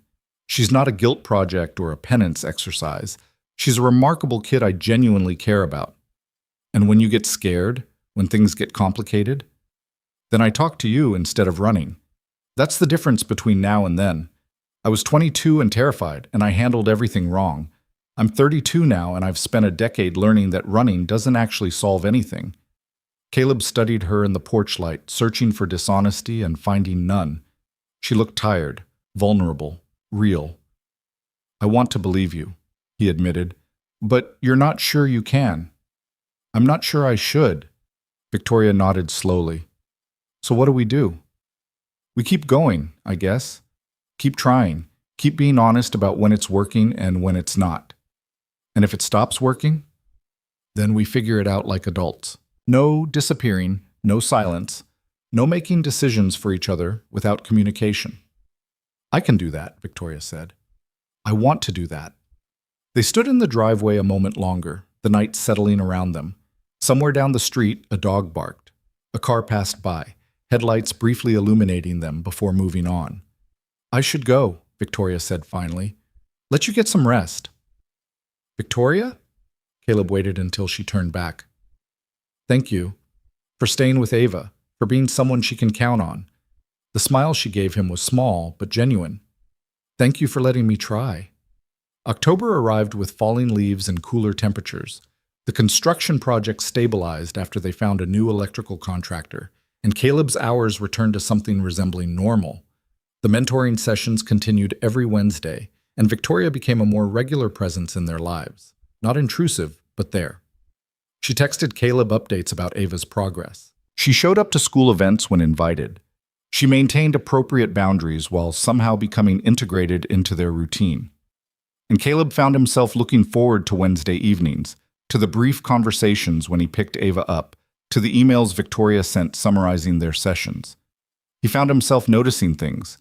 How Victoria always remembered details Ava had mentioned in previous weeks, how she tailored book selections to Ava's interests, how she celebrated small victories and gently encouraged through frustrations. You're in a better mood lately, Marcus observed one Friday at the construction site. Am I? Less brooding, less staring at blueprints like they personally offended you. Caleb threw a wadded-up paper at him. I don't brood. Man, you've been brooding since Sarah died. It's okay, you're allowed, but lately there's been less of it. Work's going better. Does this have anything to do with a certain CEO who volunteers at elementary schools? Maybe. Caleb couldn't quite suppress a smile. She's been good for Ava, and she's trying really hard to get it right this time. And you're letting her? Trying to. It's complicated. Everything worth doing is complicated, Marcus said. Simple's easy, but boring. That evening, Caleb picked Ava up from mentoring to find her practically vibrating with excitement. Guess what Ms. Vicky is doing, she announced before he could even say hello. What's Ms. Vicky doing? She's organizing a book fair fundraiser at school, and she wants me to help. We're going to set up book displays and make recommendations for other kids and everything. Caleb looked at Victoria, who shrugged with a smile. The school needs new library books. I volunteered to coordinate the fundraiser, and Ava here is going to be my assistant, if that's okay with you. Please, Dad? Please. I'll do all my homework first, and I won't complain about vegetables. And I'll clean my room without being asked. Okay, Caleb laughed. You can help with the book fair. Ava cheered and threw her arms around Victoria, who caught her with easy affection. Watching them together, Caleb felt something shift in his chest. It wasn't quite trust, not fully, but it was closer than it had been. Maybe complicated wasn't so bad after all. The book fair consumed the next 3 weeks of their lives in the best possible way. Victoria threw herself into organizing with the same intensity she probably brought to corporate projects, except now her spreadsheets tracked donated books instead of quarterly earnings. And her strategy meetings happened in elementary school cafeterias instead of boardrooms. Ava became her shadow, helping sort donations, creating hand-drawn posters, and practicing her pitch for why every kid needed to read her favorite books. Caleb found himself volunteering too, initially just to keep an eye on things, but gradually because the project pulled him in. He built display shelves in his garage, repaired broken bookcases donated by families, and spent Saturday mornings hauling supplies to the school. Felt good to build something tangible, something that would outlast the fundraiser itself. What surprised him most was how naturally Victoria fit into the chaos of volunteer work. She showed up in jeans and old sweaters instead of business suits, got paint on her hands assembling displays, and treated every parent volunteer with the same respect she probably showed her executive board. There was no corporate hierarchy here, no power plays or political maneuvering, just people working together to give kids better access to books. "She's different than I expected," Marcus said one Saturday as they loaded shelving units into Caleb's truck. Marcus had volunteered to help with the heavy lifting, though Caleb suspected it was mostly to observe Victoria in action. "Different how?" Caleb asked, securing a rope around the load.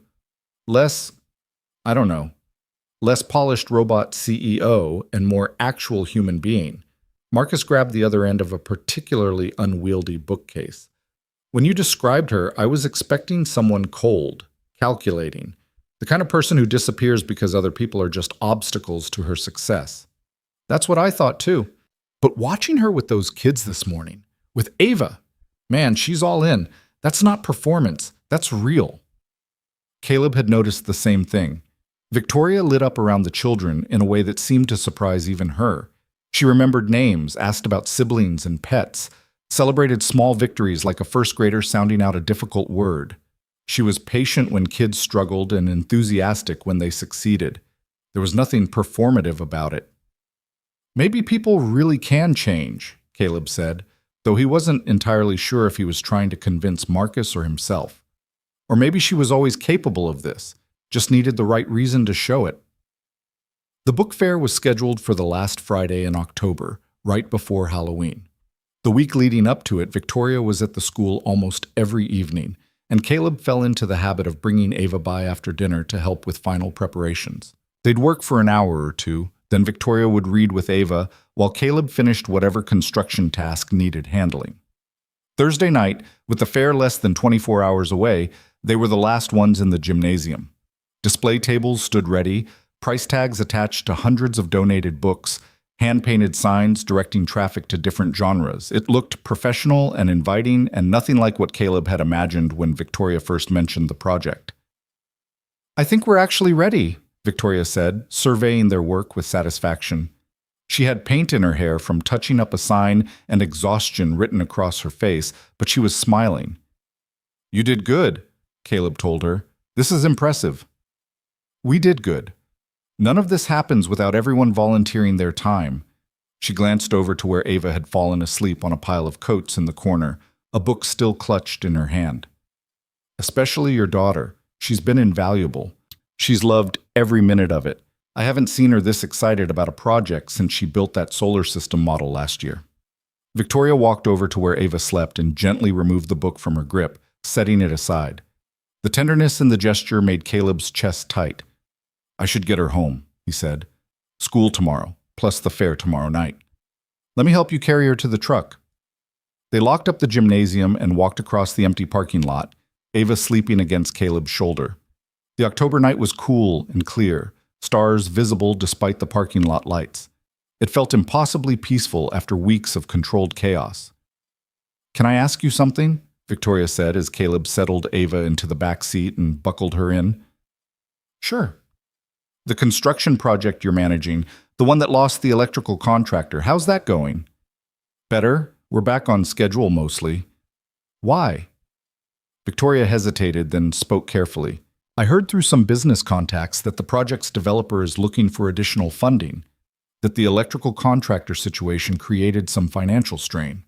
Caleb straightened from the back seat, immediately wary. How did you hear that? I sit on some investment boards. Word gets around. Victoria held up her hands. I'm not asking to get involved. I'm just asking if you're okay, if the project's stable. It's stable enough. We'll make it work. But it's tight. It's construction. It's always tight. Caleb leaned against the truck, studying her. Why are you asking, Victoria? Because I care about what happens to you, to your work, your stability, Ava's security. She looked uncomfortable now, like she was navigating terrain she didn't fully understand. And because I have resources that could help, but I don't know if offering would be insulting or helpful or just complicated. It would be all three, Caleb said honestly. What kind of help are we talking about? My company works with developers sometimes. Investment partnerships, consulting on project management. If your developer needs additional funding, I could connect them with resources. No strings attached. There are always strings attached. Not this time. Victoria met his eyes steadily. This would be pure business. Your developer gets access to capital, my company takes a small consulting fee, everyone benefits. You and I don't have to be involved beyond the initial introduction. Caleb wanted to refuse immediately, wanted to keep that part of his life separate, to avoid any appearance of charity or pity. But he thought about his crew, about the 24 workers who depended on this project staying solvent. He thought about the developer's increasingly stressed phone calls, about timelines slipping and budgets tightening. I'd have to talk to the developer, he said finally, see if they're even interested in outside investment. Of course. I'm not trying to force anything, just offering if it would help. Why? The question came out more sharply than intended. Why do you care about my construction project? Victoria was quiet for a long moment, the parking lot silent around them. Because everything you do affects Ava. If the project fails, you're out of work. If you're out of work, you're stressed and struggling. If you're struggling, Ava feels it. So helping stabilize your project helps stabilize her life. That's a very rational explanation. Would you prefer an irrational one? I'd prefer an honest one. Fine. Victoria's composure cracked slightly. The honest answer is that I care about what happens to you, not just because it affects Ava, but because I never stopped caring, even when I should have, even when I had no right to. I want good things for you, Caleb. Success and stability and everything you've worked so hard to build. And if I can help make that happen without making things weird between us, I want to try. Caleb didn't know what to say to that. The admission hung in the air between them, honest and vulnerable and completely derailing his ability to maintain emotional distance. I'll talk to the developer, he said finally. No promises, but I'll ask. That's all I'm asking. They stood in the parking lot a moment longer, the weight of unspoken things pressing down on them. Caleb could see Victoria struggling with whether to say more, and he found himself hoping she would while simultaneously dreading it. I should get Ava home, he said, before either of them could make things more complicated. Right. Of course. Big day tomorrow. Caleb climbed into the truck, started the engine. Through the windshield, he watched Victoria walk to her car, and he was struck by how small she looked suddenly. Not the powerful CEO or the polished professional, but just a woman standing alone in a parking lot, trying to figure out how to make amends for choices she couldn't undo. The book fair was a massive success. Families streamed through the gymnasium all Friday evening, kids dragging parents from table to table, volunteers ringing up purchases and wrapping books in recycled paper. Ava stationed herself at the chapter book section, giving passionate recommendations to anyone who would listen. Victoria managed the chaos with clipboard efficiency while somehow making every family feel personally welcomed. Caleb worked the cash register, making change and chatting with parents he recognized from school events. He watched Victoria across the gymnasium, saw how naturally she connected with people, how genuine her enthusiasm was for every book sold. This wasn't the woman who'd disappeared a decade ago. This was someone who'd learned how to show up, how to be present, how to care about things beyond corporate success. Your girlfriend's doing a great job with this, one of the other dads said, waiting in the checkout line. She's not my girlfriend, Caleb corrected automatically. She's a volunteer. Ava's mentor. Oh, my bad. Just the way she keeps looking over here, I figured. The dad trailed off with a knowing smile. Caleb glanced up and caught Victoria watching him. She looked away quickly, color rising in her cheeks, and busied herself helping a family select picture books. But the dad was right. She did keep looking over. And Caleb had been doing the same thing, stealing glances when he thought she wasn't paying attention. When had that started happening? By 8 o'clock, they'd sold nearly every donated book and raised enough money to completely restock the school library. Mrs. Patterson was in tears of gratitude. The principal made a speech thanking all the volunteers, with special recognition for Victoria's organization and Ava's enthusiasm. Ava beamed under the attention, and Victoria caught Caleb's eye across the crowd with an expression of pure joy. The cleanup took another hour. Volunteers packed up leftover supplies, broke down tables, restored the gymnasium to its usual state. Ava helped until she started yawning every 30 seconds, at which point Caleb sent her to sit with Mrs. Chen, who'd come to help at the end. I can't believe we actually pulled this off, Victoria said, collapsing into a folding chair once the last table was stored. 3 weeks ago, this was just a crazy idea. Crazy ideas seem to be your specialty, Caleb said, settling into the chair beside her. Is that a compliment or an observation? Both, maybe. They sat in comfortable silence, exhaustion settling over them. Around the gymnasium, the last few volunteers gathered their things and said goodbyes. Soon it would just be the two of them. I talked to the developer, Caleb said, about the investment opportunity. Victoria sat up slightly. And? He's interested, asked me to set up a meeting with your company to discuss terms. That's great. I'll have my team reach out next week. This doesn't change anything between us, Caleb said carefully. Business is business. Whatever happens with the project, it's separate from this. He gestured vaguely, encompassing the gymnasium, the book fair, the complicated relationship they'd been building. I understand. Complete separation between professional and personal. Except I'm not sure we have a personal, Caleb admitted. I don't know what this is, Victoria. What we're doing here. Victoria was quiet for a moment, choosing her words carefully. I think we're trying to figure out if the people we are now can build something better than what the people we were had. And I think we're doing it slowly and carefully because there's a 7-year-old involved who deserves stability more than we deserve closure. That's a good answer. I've had a lot of time to think about it. Caleb studied her profile in the dim gymnasium lighting. Do you ever regret it? The life you built instead of the life we might have had? Every single day, Victoria said without hesitation. The company, the success, the money, none of it fills the space left by what I walked away from. I know that sounds melodramatic, but it's true. I built exactly what my parents wanted, and it's hollow. So why not walk away from it, if it makes you that miserable? Because walking away is what I do when things get hard, and I'm trying to break that pattern, trying to learn how to stay instead of run. She turned to face him, and because recently, for the first time in years, I've had moments where life doesn't feel hollow, moments that feel real and good and worth showing up for. The mentoring, Caleb said. The mentoring. Ava, the book fair. You. Victoria's voice was soft. All of it.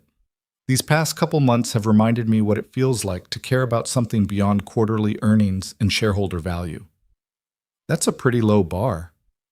Maybe, but it's higher than where I was. They fell silent again, but it felt different now. Heavier with possibility, with things neither of them quite dared to say outright. Caleb? Victoria's voice was barely above a whisper. I know I don't have the right to ask this, and you can absolutely say no, but what? Halloween's next week. I know you and Ava probably have traditions, plans already. But if you don't, or if you'd want company, I'd love to take Ava trick-or-treating, help pass out candy, whatever you normally do. I've never done the whole Halloween neighborhood thing. It seems nice. Caleb's first instinct was to refuse. Halloween had been his and Sarah's favorite holiday, the one night a year when they'd gone all out with decorations and costumes and elaborate candy-giving schemes. The first Halloween after Sarah died, he'd barely managed to take Ava around the block. The second had been marginally better. By the third, they'd developed their own small traditions, just the two of them. making new memories alongside the old ones. Inviting Victoria into that felt like crossing a line they hadn't approached yet. But he thought about the book fair, about how Victoria had transformed from corporate executive to enthusiastic volunteer. He thought about the way Ava's face lit up when Victoria was around. He thought about his daughter asking if her mom would have liked Ms. Vicky, and his answer that Sarah would have liked anyone who was good to Ava. Sarah had believed in making room for new people, new traditions, new joy. She'd believed in saying yes to life even when it was scary. "We usually do the neighborhood circuit around 6, Caleb heard himself say. Ava picks her costume months in advance and takes the whole thing very seriously. Then we come home, sort candy, watch a Halloween movie, and eat way too much sugar. That sounds perfect. You're welcome to join us, if you want." Victoria's smile was radiant. "I'd love that." "Thank you." Mrs. Chen appeared then with a sleepy Ava in tow, and the moment shifted back to practical logistics. Goodbyes and see you soons, plans for the following week. Gratitude all around for the successful fair. But as Caleb loaded Ava into the truck and pulled out of the parking lot, he caught sight of Victoria in his rearview mirror, standing in the empty parking lot with that smile still on her face. He was in trouble. Deep, complicated, dangerous trouble. And he wasn't entirely sure he wanted to escape it. The weekend passed in a blur of normal life. Caleb took Ava to her soccer game Saturday morning, spent the afternoon fixing Mrs. Chen's leaky faucet and the broken step on her back porch, made spaghetti for dinner while Ava told him in exhaustive detail about every book they'd sold at the fair.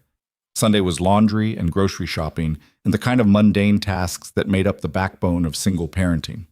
But underneath it all, his mind kept returning to Thursday night in the gymnasium, to Victoria's admission that life had felt hollow until recently, to the invitation he'd extended for Halloween, crossing a line he'd been carefully maintaining for months.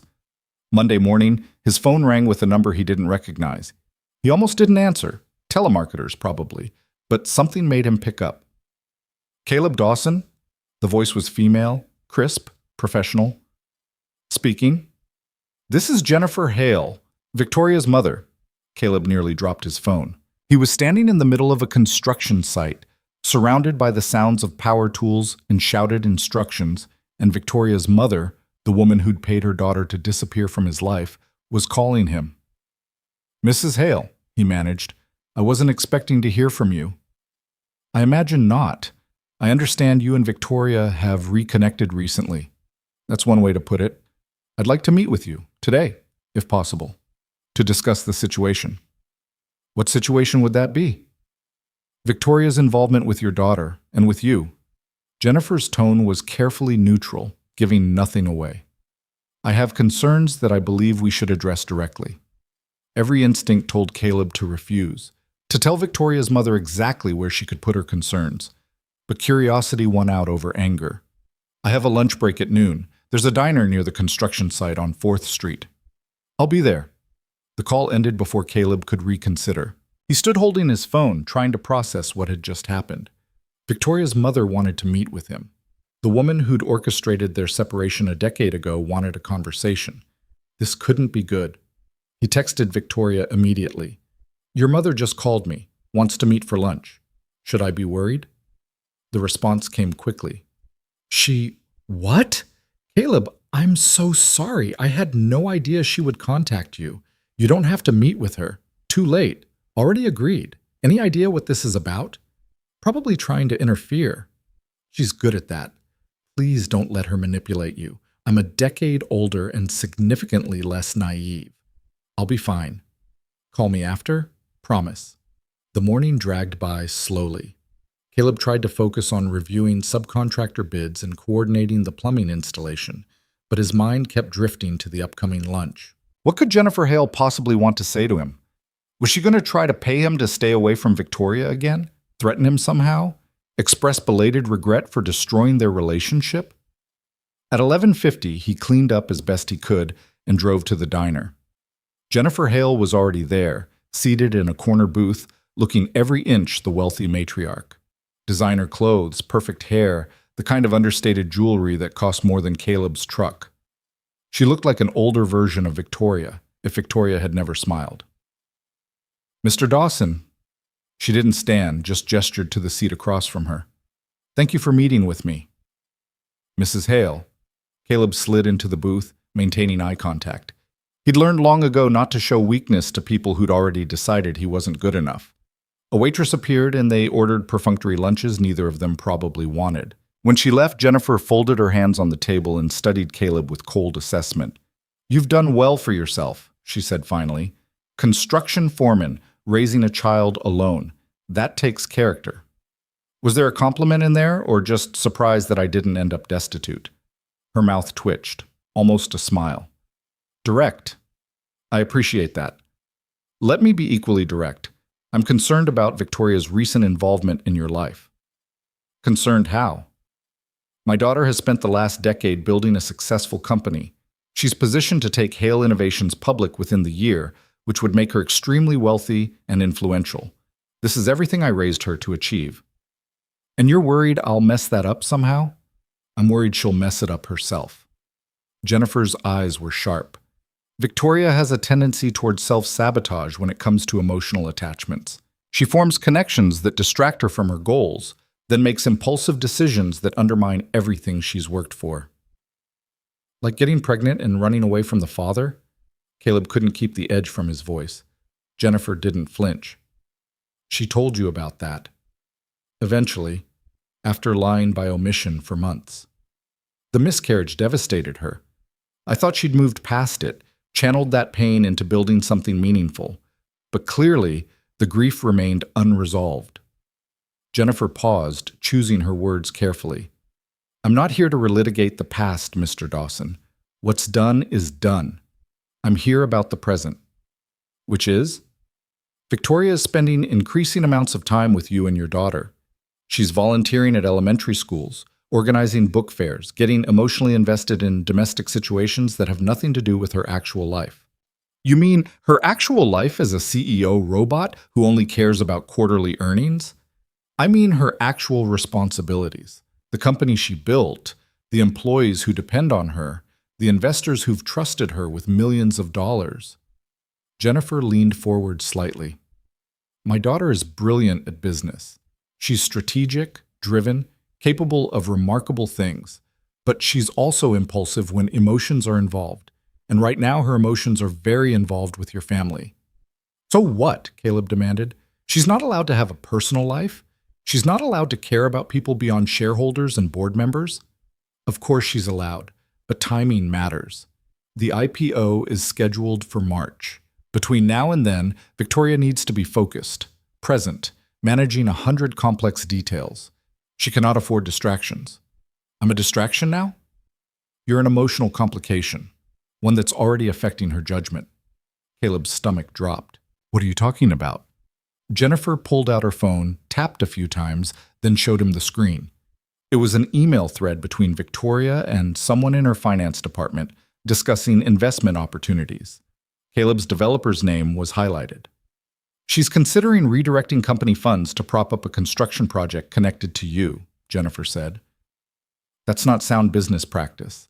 That's emotional decision-making that could cost her company money and credibility. She said it was a legitimate investment opportunity. Perhaps it is.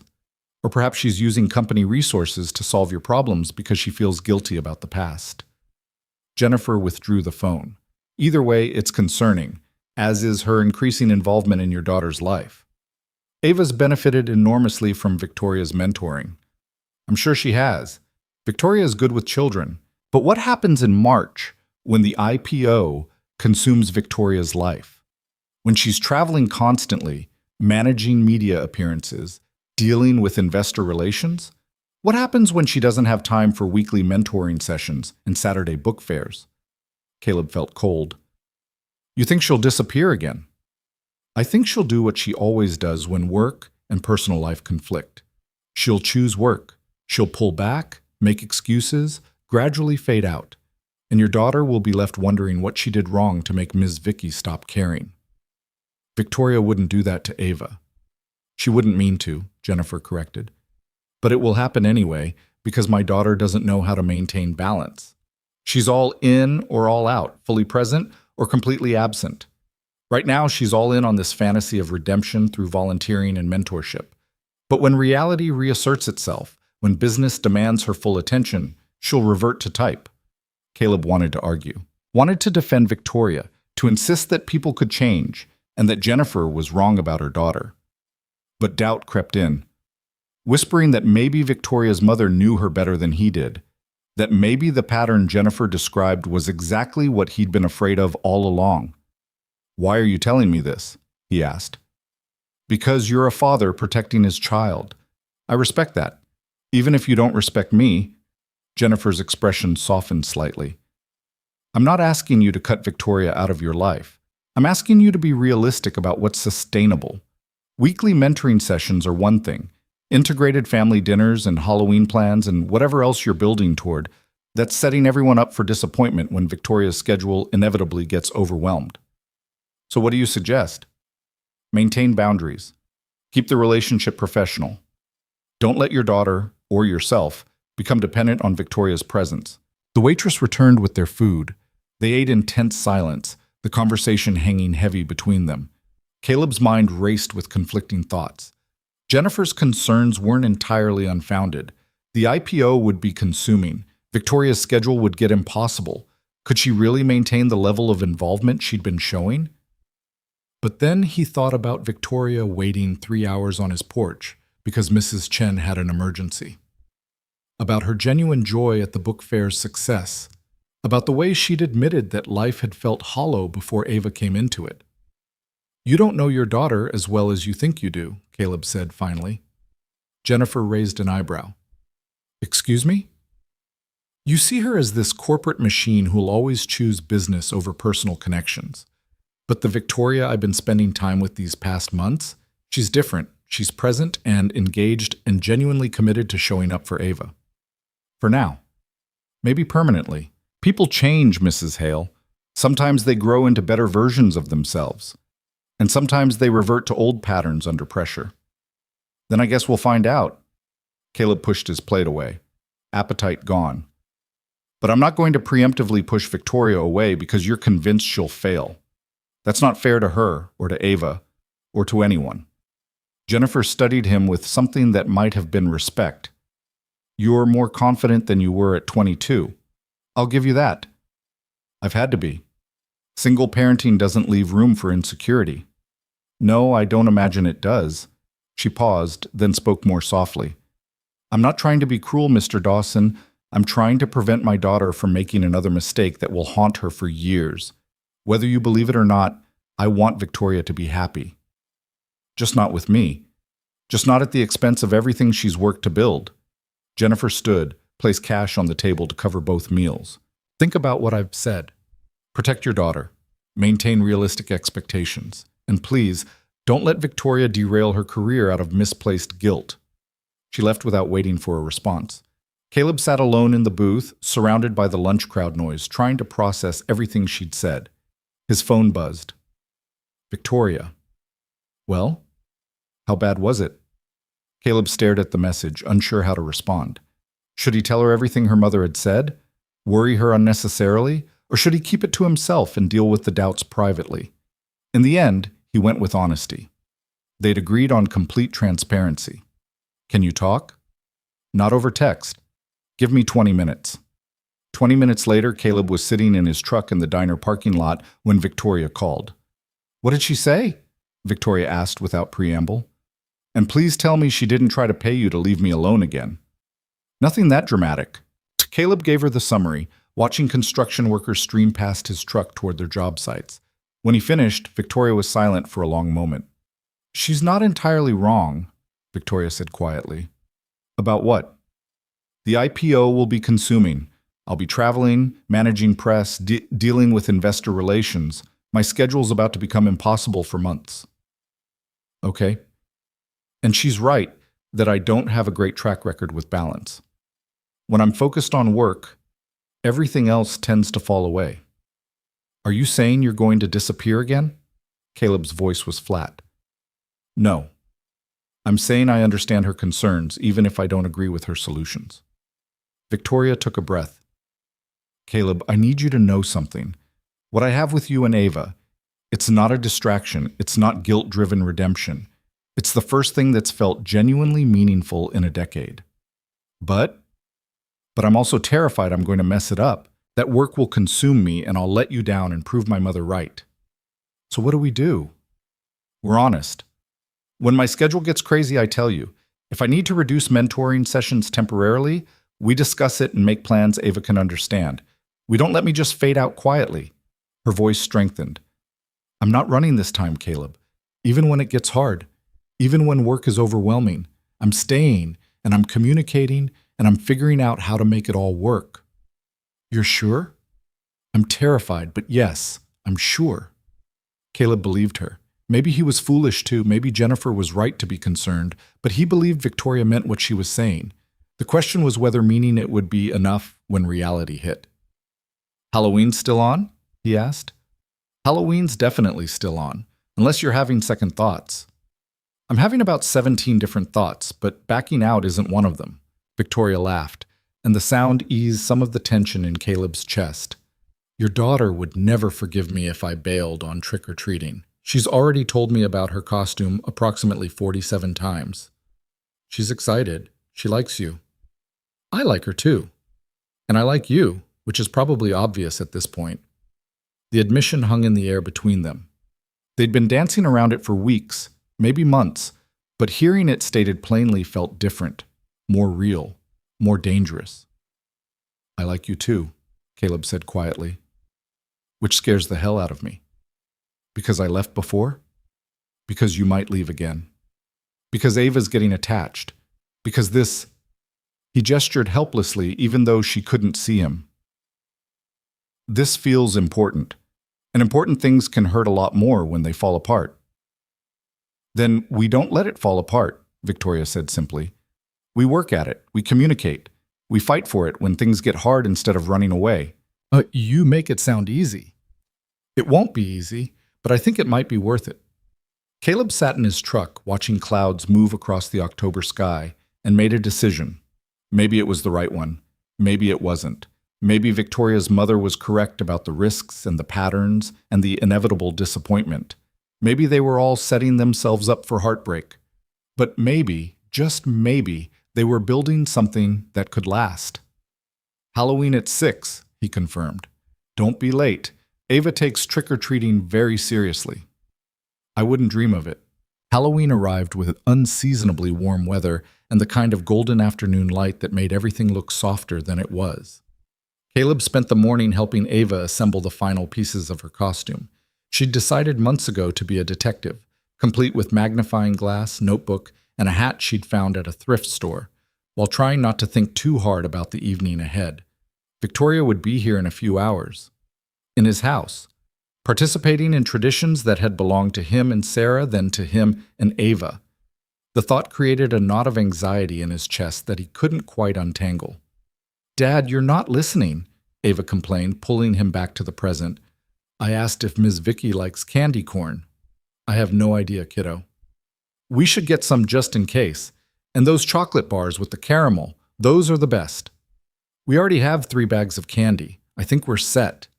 Ava gave him a look of pure 7-year-old exasperation. Dad, you can never have too much Halloween candy.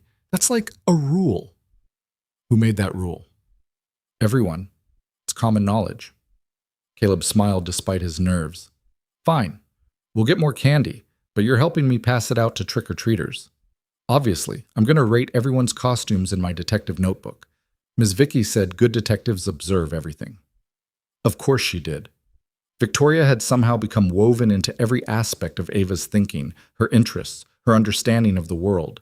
It was beautiful and terrifying in equal measure. By 5:30, the house was ready. Decorations hung from the porch, candy filled multiple bowls, and Ava was in full costume practicing her detective walk. Caleb had changed into clean jeans and a flannel shirt, feeling ridiculous for caring what he looked like, but unable to stop himself from checking his reflection anyway. Victoria arrived at exactly 6 o'clock, because of course she did. She stood on his porch holding a bakery box and wearing jeans, boots, and an orange sweater that made her look simultaneously put together and approachable. Nothing like the corporate CEO or the heartbroken girl from a decade ago.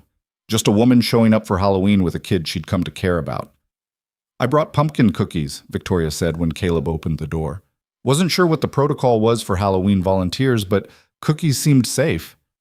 Cookies are always safe. Caleb took the box, their fingers brushing briefly.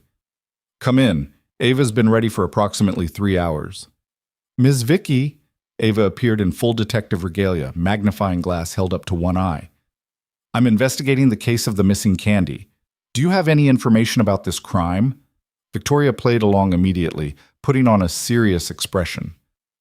I may have witnessed suspicious activity near the kitchen. Would that be helpful to your investigation? Extremely helpful. Please follow me for questioning. They disappeared toward the kitchen, Ava's excited chatter fading as they went. Caleb stood in his entryway holding a box of pumpkin cookies and wondering what exactly he'd gotten himself into. The evening unfolded with surprising ease. They started trick-or-treating just after 6:30, joining streams of families moving through the neighborhood. Ava walked between Caleb and Victoria, holding both their hands, narrating every costume she saw and stopping to greet friends from school. Victoria proved surprisingly good at the whole Halloween thing, exclaiming over decorations and complimenting kids' costumes with genuine enthusiasm. I never did this as a kid, Victoria admitted quietly, as Ava ran ahead to catch up with some classmates. My parents thought trick-or-treating was beneath us. We went to formal parties at their friends' houses instead. That sounds awful. It was incredibly boring. All the adults talking about stocks and real estate while we sat in uncomfortable clothes eating catered food. She watched Ava laugh with her friends up ahead. This is so much better. Even with the chaos and sugar overload and inevitable stomachache? Especially with all that. This is real. The parties were just performance. They walked in comfortable silence for a while, following Ava's meandering path from house to house. The neighborhood was alive with the particular energy of Halloween night. Porch lights glowing, music drifting from open doors, parents clustered on sidewalks while kids darted between yards. It felt community-minded in a way Caleb had always loved, everyone participating in the same collective celebration. Your mom called me again yesterday, Victoria said eventually, keeping her voice low so Ava wouldn't overhear. Caleb tensed. What did she want? To tell me I was making a mistake. That I was jeopardizing the IPO and embarrassing the family by playing house with a construction worker. Victoria's tone was matter-of-fact, but Caleb could hear the hurt beneath it. She has this wonderful way of making everything sound reasonable while being completely insulting. What did you tell her? That my personal life was none of her business. That the company was fine and the IPO was on track. That she needed to trust me to manage my own decisions. Victoria paused as Ava circled back to show them her latest candy haul. When she ran off again, Victoria continued. Then she said if I insisted on this relationship, I should at least be honest with you about what it would cost. Cost how? The IPO means I'll be traveling constantly starting in January. New York, London, meetings with investors and analysts and media. I'll be gone more than I'm home for at least 3 months, possibly longer. Victoria looked at him directly. That means no weekly mentoring sessions, no book fairs or school events. Basically becoming exactly what my mother predicted, present until work demanded otherwise, then disappearing. Caleb felt his stomach drop. So she was right. About my schedule getting impossible, yes. About me disappearing without warning, no. Victoria stopped walking, turning to face him fully. I'm telling you now, months in advance, exactly what's coming. We can plan for it. Reduce mentoring to virtual sessions, set up video calls with Ava, make sure she understands I'm not abandoning her. I'm just traveling for work temporarily. That's a lot to explain to a 7-year-old. Then help me figure out how to explain it. But don't ask me to just fade out quietly. Don't ask me to prove my mother right by handling this exactly the way she expects. They stood on the sidewalk as families streamed past them, the Halloween celebration continuing around them while they navigated decade-old wounds and present complications. Caleb wanted to be angry, wanted to point out that this was exactly the pattern he'd been afraid of. But Victoria's eyes held nothing but honest determination, and he found himself believing she meant every word. We'll figure it out, he said finally, together, with honesty and planning and actual communication. You're sure? I'm sure I want to try. The rest we'll handle as it comes. Victoria's expression flooded with relief. Before either of them could say more, Ava ran back with her detective notebook.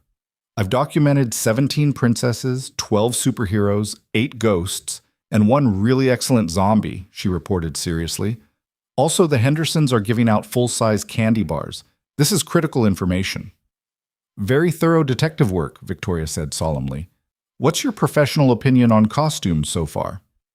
Everyone's trying really hard, but some people clearly put more thought into it than others. Like that kid dressed as a cardboard box labeled, "This is my costume." That's either genius or lazy, and I haven't decided which. They continued their circuit of the neighborhood, Ava filling her bag with alarming amounts of candy, while Caleb and Victoria followed behind. Somewhere around the 3rd block, Victoria's hand found his. It wasn't dramatic or romantic, just a simple gesture of connection while they watched Ava run ahead to the next house. But Caleb felt it settle something in his chest, some question he hadn't quite known how to ask. By 8 o'clock, Ava's bag was nearly overflowing, and her energy was starting to flag. They headed home to find a few trick-or-treaters lingering on the porch. "We have to pass out candy," Ava insisted, suddenly revived by a second wind. "We can't just take candy, we have to give some too. That's the social contract of Halloween." The social contract? Caleb raised an eyebrow at Victoria. "We've been reading about community responsibility," Victoria said with a small smile. "Apparently it's sticking." They settled on the porch with bowls of candy, Ava insisting on being the official distributor while Caleb and Victoria sat on the steps supervising. Kids came in waves, costumes ranging from elaborate store-bought creations to clearly last-minute assemblies of random items. Ava greeted each one with enthusiasm, complimenting costumes and carefully selecting candy based on what she thought each kid would like best. "She's good at this," Victoria observed quietly. "Reading people, making them feel seen." "She gets that from Sarah," Caleb said. Sarah could walk into any room and within 5 minutes know everyone's name, their story, what they needed. It was a gift. "You talk about her easily. A lot of people struggle to mention someone they've lost. Took me a long time to get here. First year after she died, I couldn't say her name without breaking down. But Ava needs to know her mother. Needs Sarah to be part of our daily life instead of some tragic figure we never mention. So I learned to talk about her, the good memories, the things she loved, the way she saw the world." He glanced at Victoria. "Does that bother you, that I talk about my late wife?" "Why would it bother me?" "Some people get weird about it, like they're competing with a memory." Victoria was quiet for a moment, watching Ava expertly match candy to costumes. "I'm not competing with Sarah. How could I? She was your wife, Ava's mother, clearly an incredible person. If anything, I'm grateful she existed. Grateful she loved you and gave you Ava and taught you how to be the father and person you are now." The simplicity of it, the lack of jealousy or insecurity, caught Caleb off guard. That's a remarkably mature perspective. "I spent 10 years being jealous of a life I'd walked away from. I'm done with that. I'd rather be grateful for what exists now than bitter about what might have been." They fell into comfortable silence, broken only by Ava's cheerful greetings to trick-or-treaters. The evening cooled, the stream of kids slowed to a trickle, and eventually the porch light tradition shifted to turning off the lights and heading inside. Ava insisted on sorting her candy by category, creating elaborate organizational systems across the living room floor. Victoria helped with classification debates. Were gummy worms candy or dessert? Did chocolate-covered pretzels count as 2 categories or 1? While Caleb made hot chocolate in the kitchen. "This is the best Halloween ever," Ava declared, arranging her chocolate bars in neat rows. "Way better than last year." "What made last year not as good?" Victoria asked. "Dad and I did it alone. It was fun, but kind of quiet. This year felt more like a family." Ava looked up, suddenly uncertain. "Is that okay to say?" Caleb's chest tightened. He caught Victoria's eye from the kitchen doorway, saw his own emotion reflected there. "That's absolutely okay to say," Victoria told her gently. "I'm honored to be part of your Halloween. Are you going to be part of other holidays too, like Thanksgiving and Christmas?" The question hung in the air. Caleb had been carefully avoiding thinking that far ahead, taking things one day at a time. But Ava, with a child's directness, had just asked the thing neither adult had dared to voice. "That depends on a lot of things," Caleb said carefully, bringing hot chocolate into the living room. "Ms. Vicky has her own family, her own traditions." Actually, I usually spend holidays working, Victoria admitted. My parents have formal dinner parties I'm expected to attend, but they're more about appearances than actual celebration. I haven't had a real family holiday in years. Then you should definitely come to ours, Ava said with 7-year-old certainty. We don't do fancy parties. We just make too much food and watch movies and play games, but it's really nice. I'd love that, Victoria said, her voice slightly unsteady. If your dad says it's okay. Caleb looked at his daughter's hopeful face, at Victoria's careful vulnerability, at the Halloween candy spread across his living room floor. Somewhere, Sarah was probably laughing at how complicated he'd made this. She'd always been the one who invited people in, who made room at the table, who believed family was about choice as much as biology. Thanksgiving's at 2, he heard himself say. We make way too much food, so there's always plenty. You're welcome to join us. Ava cheered and threw her arms around Victoria, who caught her with surprised delight. Caleb sipped his hot chocolate and wondered when exactly he'd decided to let Victoria all the way in. They watched a Halloween movie, Ava's choice, something age-appropriate but still spooky, with Ava between them on the couch gradually succumbing to sugar crash and exhaustion.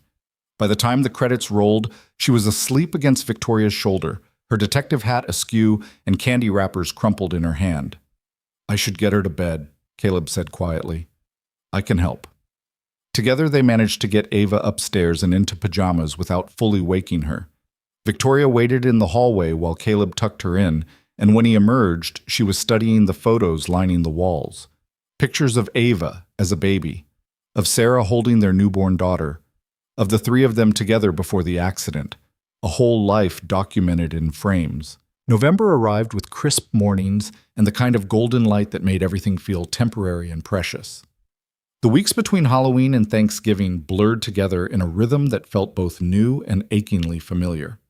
Victoria showed up for Wednesday mentoring sessions, stayed for dinner more often than not, and gradually became woven into the fabric of their daily lives in ways that no longer felt intrusive or temporary. But underneath the growing comfort, tension was building. The IPO timeline was accelerating, and Victoria's work demands intensified with each passing week. Late-night calls with investors, weekend strategy sessions with her executive team, constant pressure from her mother about maintaining focus, and not letting personal distractions derail the most important business opportunity of her career. Caleb watched Victoria navigate the increasing pressure with a mixture of admiration and concern. She was keeping her promises, showing up for Ava, communicating when schedules shifted, being honest about the chaos. But he could see the toll it was taking. The shadows under her eyes deepened.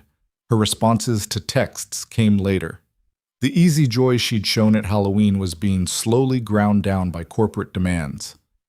2 weeks before Thanksgiving, everything came to a head. Caleb was at the construction site when his phone rang with a call from Riverside Elementary. His stomach dropped immediately. Schools only called during the day when something was wrong. Mr. Dawson, this is Principal Morrison. Ava's fine, but we need you to come pick her up. She's quite upset and asking for you. Caleb was in his truck within minutes, the 20-minute drive to the school feeling like an eternity. When he arrived, he found Ava in the nurse's office, red-eyed and silent, clutching her backpack like a lifeline. What happened? Caleb asked, kneeling in front of his daughter. Ms. Vicky didn't come, Ava whispered. She promised she'd be at my presentation about Charlotte's Web, and she didn't come. Principal Morrison stepped in gently. Ava did a wonderful job on her book presentation, but she was expecting Ms. Hale to be there, and when she wasn't, Ava became quite distressed. We tried calling Ms. Hale, but her assistant said she was in emergency meetings and couldn't be reached. Caleb's jaw tightened. Victoria had promised. She'd marked it on her calendar, confirmed with Ava multiple times. This was exactly what he'd been afraid of, the pattern of disappointing people when work took priority. Let's get you home, kiddo, he said, helping Ava stand. We'll figure this out. The drive home was silent except for Ava's occasional sniffles. Caleb wanted to rage at Victoria, to say he'd warned her this would happen, to protect his daughter from further hurt. But he also remembered Victoria's words about communication, about not disappearing when things got hard. So instead of anger, he chose honesty. Ms. Vicky messed up, he told Ava as they pulled into the driveway. She made a promise and didn't keep it. That's not okay. Is she going to stop being my mentor? Ava's voice was small and scared. I don't know what's going to happen, but we're going to talk to her about it, together, like adults who care about each other. Inside, Caleb settled Ava with hot chocolate and her favorite book, then stepped into the kitchen to call Victoria. It went straight to voicemail. He tried again, same result. On the third attempt, he left a message. Victoria, it's Caleb. Ava's presentation was today, the one you promised you'd attend. She waited for you, and when you didn't show up, she was devastated. I had to pick her up from school because she was too upset to finish the day. He paused, forcing his voice to stay level. I know work is demanding right now. I know the IPO is important, but Ava is 7 years old, and she doesn't understand corporate emergencies. She just knows someone she trusted broke a promise. Call me back when you can. We need to talk. The call came 3 hours later, just as Caleb was starting dinner. He handed Ava her tablet and stepped outside to take it. I'm so sorry, Victoria said immediately, her voice wrecked. Caleb, I'm so incredibly sorry. There was an emergency board meeting about the IPO timeline, and my phone was off, and by the time I realized what time it was... You broke your promise to a 7-year-old, Caleb interrupted, his anger finally breaking through. You told her you'd be there. She counted on you. I know I messed up. Is she okay? She cried herself sick at school and came home asking if you were going to abandon her like you abandoned me. The sharp intake of breath on the other end told him the words had landed. She said that? Not in those words, but yes. She's scared you're disappearing. Caleb ran a hand through his hair, exhaustion and frustration bleeding together. And honestly, Victoria, can you blame her? This is exactly the pattern everyone warned me about. Work gets demanding, promises get broken, people get hurt. I'm not disappearing. I had one emergency today. What about next week? Next month?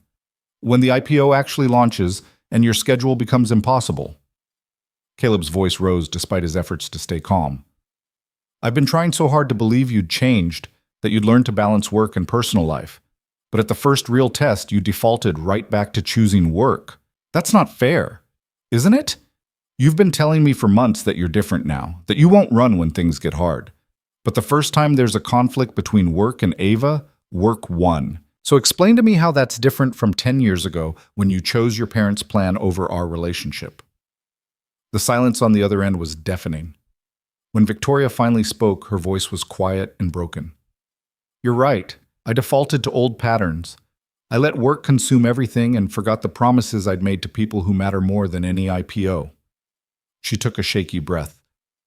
But Caleb, I'm not running. I'm calling you back. I'm facing what I did wrong instead of disappearing. Doesn't that count for something? It counts for acknowledging the problem. It doesn't count for fixing it. Then tell me how to fix it, please. I'll do whatever it takes. Caleb looked through the kitchen window at Ava, curled up on the couch with her book and her hurt feelings. You need to talk to her. Apologize directly, not through me. And you need to figure out if you can actually keep the promises you make. Because if you can't, it's better to be honest now than to keep disappointing her. I can keep them. I will keep them. Victoria, you literally just broke one today. And I will spend the rest of my life making sure it doesn't happen again. Her voice strengthened with determination. Can I come over? Talk to Ava in person? I need her to see my face when I apologize. Need her to know how seriously I take this. Caleb wanted to say no. Wanted to protect Ava from further emotional turmoil. Wanted to prove that Victoria couldn't just show up and smooth things over with words. But he also knew that real repair required facing each other, not hiding behind phones and distance. Come over, he said finally. But Caleb, if you hurt her again, if you make promises you can't keep, we're done. All of us. I won't let you break my daughter's heart repeatedly while you figure out your work-life balance. I understand. Victoria arrived 40 minutes later, looking like she'd been crying. Her professional polish was completely gone. No makeup, hair pulled back messily, wearing jeans and an oversized sweater instead of her usual tailored outfits. She looked vulnerable and young and terrified. Ava was still on the couch when Victoria walked in. She looked up, and for a moment, Caleb saw hope and hurt war across his daughter's face. Hi, Ava, Victoria said softly, kneeling in front of the couch to be at eye level. I owe you a huge apology. Ava's chin trembled. You promised you'd come to my presentation. I did promise, and I broke that promise, which was wrong. There's no excuse that makes it okay. Victoria's voice was steady despite the tears streaming down her face. I got caught up in work meetings and lost track of time, and I let you down. I'm so sorry. I waited for you, Ava whispered. I kept looking at the door, and you never came. I know. That must have hurt so much. It did hurt, and it made me scared that you were going to leave like people do sometimes. Like my mom had to leave, except she didn't choose it, but you chose work instead of me. Victoria's composure crumbled completely. She pulled Ava into a hug, and after a moment's hesitation, Ava hugged her back. You're absolutely right to be scared and angry, Victoria said into Ava's hair. I made you a promise, and promises matter. They're how people know they can trust each other, and I broke your trust today. Are you going to keep breaking it? Victoria pulled back to look Ava in the eye. I'm going to do everything in my power to make sure I don't. That means making different choices about work, setting better boundaries, and being honest when I can't make it to something instead of promising and failing. But Ava, I need you to understand something important. What? My work is about to get really crazy for a few months. Starting in January, I'll be traveling a lot for my company's big project. That means I won't be able to do weekly mentoring sessions in person for a while. I'll have to do them over video calls instead. Ava's face fell. You're leaving? Not leaving, traveling for work. But I'll still be your mentor, still be in your life. We'll just have to be creative about how we do it. Victoria glanced at Caleb, who was watching from the kitchen doorway. And I promise, actual promise, I will keep, that I'll be honest about my schedule. If I can't make something, I'll tell you ahead of time. No more surprises, no more broken promises. What about Thanksgiving? Ava asked in a small voice. You said you'd come to Thanksgiving. Thanksgiving is in 1 week. I'll be there. That's a promise I'm keeping. What about Christmas?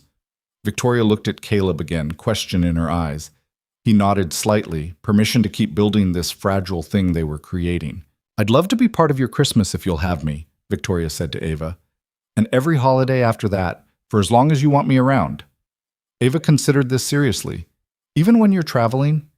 Even then, we'll video call on holidays if I can't be there in person. You'll get sick of seeing my face on a screen. I don't think I'd get sick of it, Ava said, and Victoria's expression crumpled again.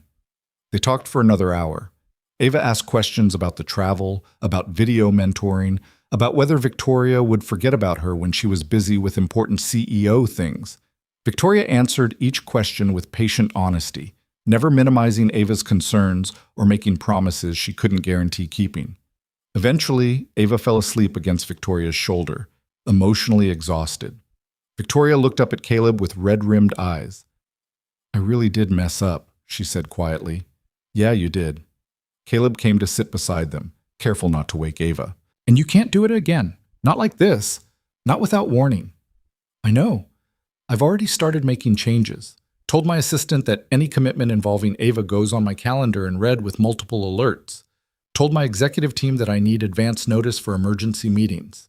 Told my mother to back off about my personal life being a distraction. How'd that last one go? Victoria smiled wryly. About as well as you'd expect. She said I was jeopardizing everything for a construction worker and his daughter. I told her that construction worker and his daughter were more important than any IPO. She hung up on me. Victoria, I mean it, Caleb. I've spent 10 years building a company and being exactly what my parents wanted. And it's been hollow and lonely and ultimately meaningless. These past few months with you and Ava, that's been real. That's mattered. I'm not losing that. Even if it costs you the IPO. The IPO will happen or it won't. The company will succeed or it won't. But there's only one Ava, and I already lost one chance at having a family. I'm not making that mistake again. Caleb wanted to believe her. Wanted to trust that this time was different, that she'd really learned and changed and would keep showing up. But trust had to be earned through consistent action, not just words spoken in the aftermath of failure. Prove it, he said simply. Not with promises. With choices. Show me through your actions that we're the priority you claim we are.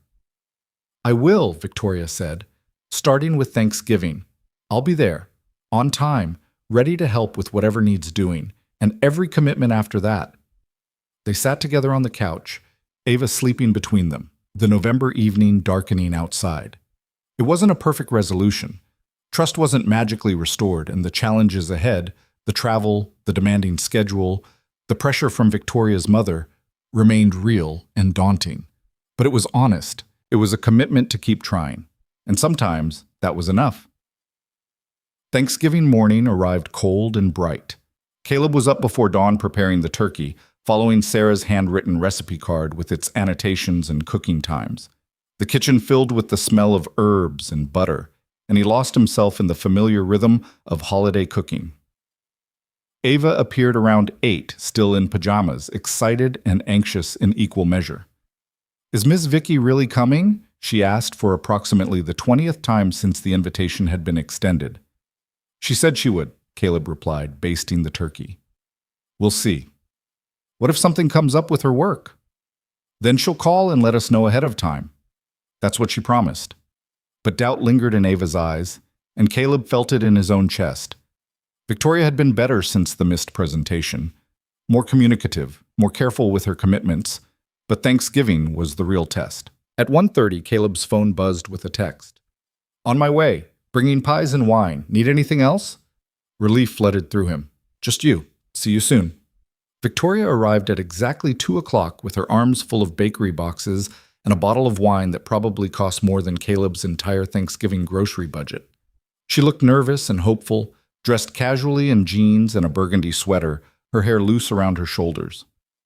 "You came," Ava said from the doorway, relief evident in every syllable. "I promised I would," Victoria replied, setting down her packages to hug Ava properly. "And I keep my promises, especially the important ones." The afternoon unfolded with surprising ease. Victoria proved unexpectedly helpful in the kitchen, chopping vegetables and mashing potatoes while Ava narrated the history of their Thanksgiving traditions.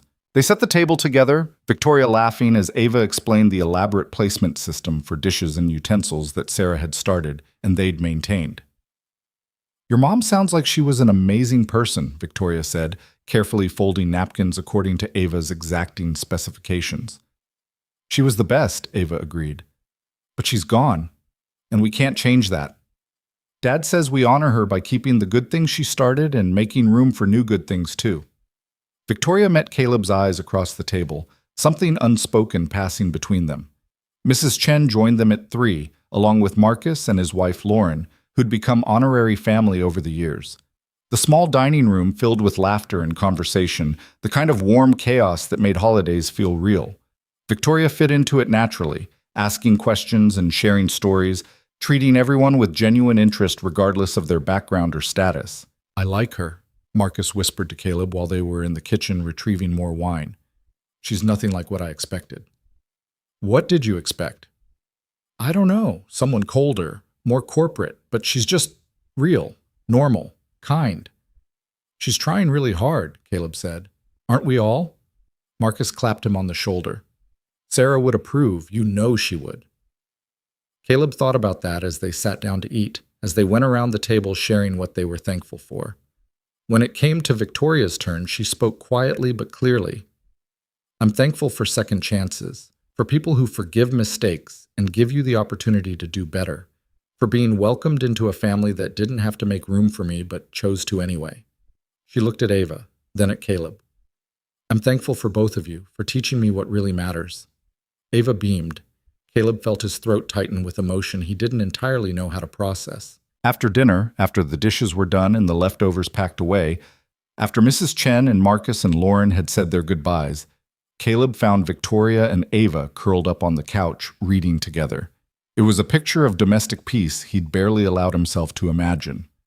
"Bedtime soon, kiddo," he said to Ava. "Can Ms. Vicky read one more chapter first?" "If Ms. Vicky doesn't mind." "I never mind," Victoria said, and they disappeared into the book together. Caleb cleaned up the last of the kitchen, listening to Victoria's voice drift from the living room as she read, listening to Ava's occasional questions and comments. This is what family sounds like, he thought. This is what home feels like.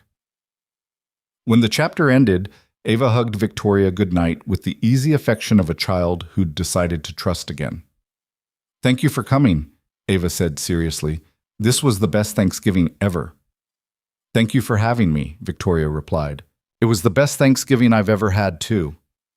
After Ava was tucked into bed, Caleb walked Victoria to her car. The November night was clear and cold, stars visible despite the suburban lights. "Thank you for today," Victoria said, leaning against her car, "for including me, for giving me another chance after I messed up." "Thank you for showing up," Caleb replied, "for proving that you meant what you said about priorities." "I did mean it. I do mean it." Victoria looked at him directly. "Caleb, I need to tell you something." His stomach tightened. "What?" "I'm stepping down as CEO." "What?" "Not immediately, not until after the IPO completes. But I've decided that once the company goes public and stabilizes, I'm transitioning to chairman of the board and hiring a new CEO to handle day-to-day operations." Caleb stared at her. "Victoria, you can't make that decision because of us. Your career isn't worth sacrificing everything else for." Victoria interrupted. "I built Hale Innovations because I had nothing else, because work was the only thing I knew how to do. But I don't want that life anymore. I want balance. I want time for the people I care about. I want to be present for Ava's school events and your construction projects and Sunday dinners and all the ordinary beautiful moments that make up a real life. Your mother will lose her mind. My mother already lost her mind when I told her I was spending Thanksgiving with you instead of at her formal dinner party. At this point, I'm not making decisions based on what she'll approve of." "Are you sure about this?" "I'm more sure about this than I've been about anything in years." Victoria reached for his hand. "I love my company. I'm proud of what I built. But I don't need to run it day to day to feel successful. I can be chairman, set strategic direction, have influence without drowning in operational details. That way I can have both, meaningful work and meaningful relationships." But Caleb pulled her close, wrapping his arms around her. She fit against him perfectly, her head tucking under his chin. "You're sure this isn't just guilt talking or fear of disappointing Ava again?" "It's clarity talking. For 10 years, I've been running from grief and regret, building a company to prove I made the right choice by leaving you, that sacrificing our relationship was worth it for success. But it wasn't worth it. Success without connection is hollow." She pulled back to look at him. "I want connection. I want you and Ava and a life that includes both professional achievement and personal joy." "What about your parents?" "They'll adjust or they won't. Either way, I'm done living for their approval." Caleb searched her face in the dim light from the porch, looking for doubt or uncertainty. He found only determination and peace. "I'm falling in love with you," he said, the words surprising him even as he spoke them. "Again. Or maybe still. I don't know. But I need you to know that's where this is heading for me." Victoria's smile was radiant. "I never stopped loving you. Even when I should have. Even when I convinced myself I had. You were always there, in the back of my mind, the road not taken." She cupped his face gently. "I'm taking that road now. If you'll have me." Caleb kissed her then, properly, the way he'd wanted to since Halloween. It was different from their kisses at 22, less desperate, more intentional. A promise instead of a question. A beginning instead of an ending. When they finally pulled apart, both slightly breathless, Victoria was laughing softly. "What?" Caleb asked. "I just realized Ava's going to be insufferably smug about this. She's been not so subtly hinting that we should be together for real for weeks now. 7-year-olds are terrifyingly perceptive. Should we tell her? Let's take it slow. Let her see us together. Let this become real and stable before we make it official." Caleb tucked a strand of hair behind Victoria's ear. "I want to do this right. Build something lasting instead of rushing into declarations." "Slow and steady," Victoria agreed. "I can do slow and steady, even with your mother interfering and the IPO chaos and all the challenges ahead. Especially with all that, because this time, I know what I'm fighting for." They stood together in the November cold, holding each other, the house behind them warm with light and the promise of more Thanksgivings, more holidays, more ordinary days strung together into something extraordinary. December brought the challenges Victoria had warned about. Her schedule intensified as the IPO preparation reached its final stages. There were days when she could only manage a quick video call with Ava, times when meetings ran long and dinner plans had to be rescheduled. But she communicated every change, apologized for every disruption, and never once broke a promise she'd explicitly made. Ava adjusted to the video mentoring sessions with surprising grace, setting up her tablet at the kitchen table every Wednesday evening for their reading time. Caleb would hear them discussing books and vocabulary words, Victoria's face on the screen tired but engaged, Ava's excited explanations about school projects and playground drama. "It's different but still good," Ava told Caleb one evening after her session.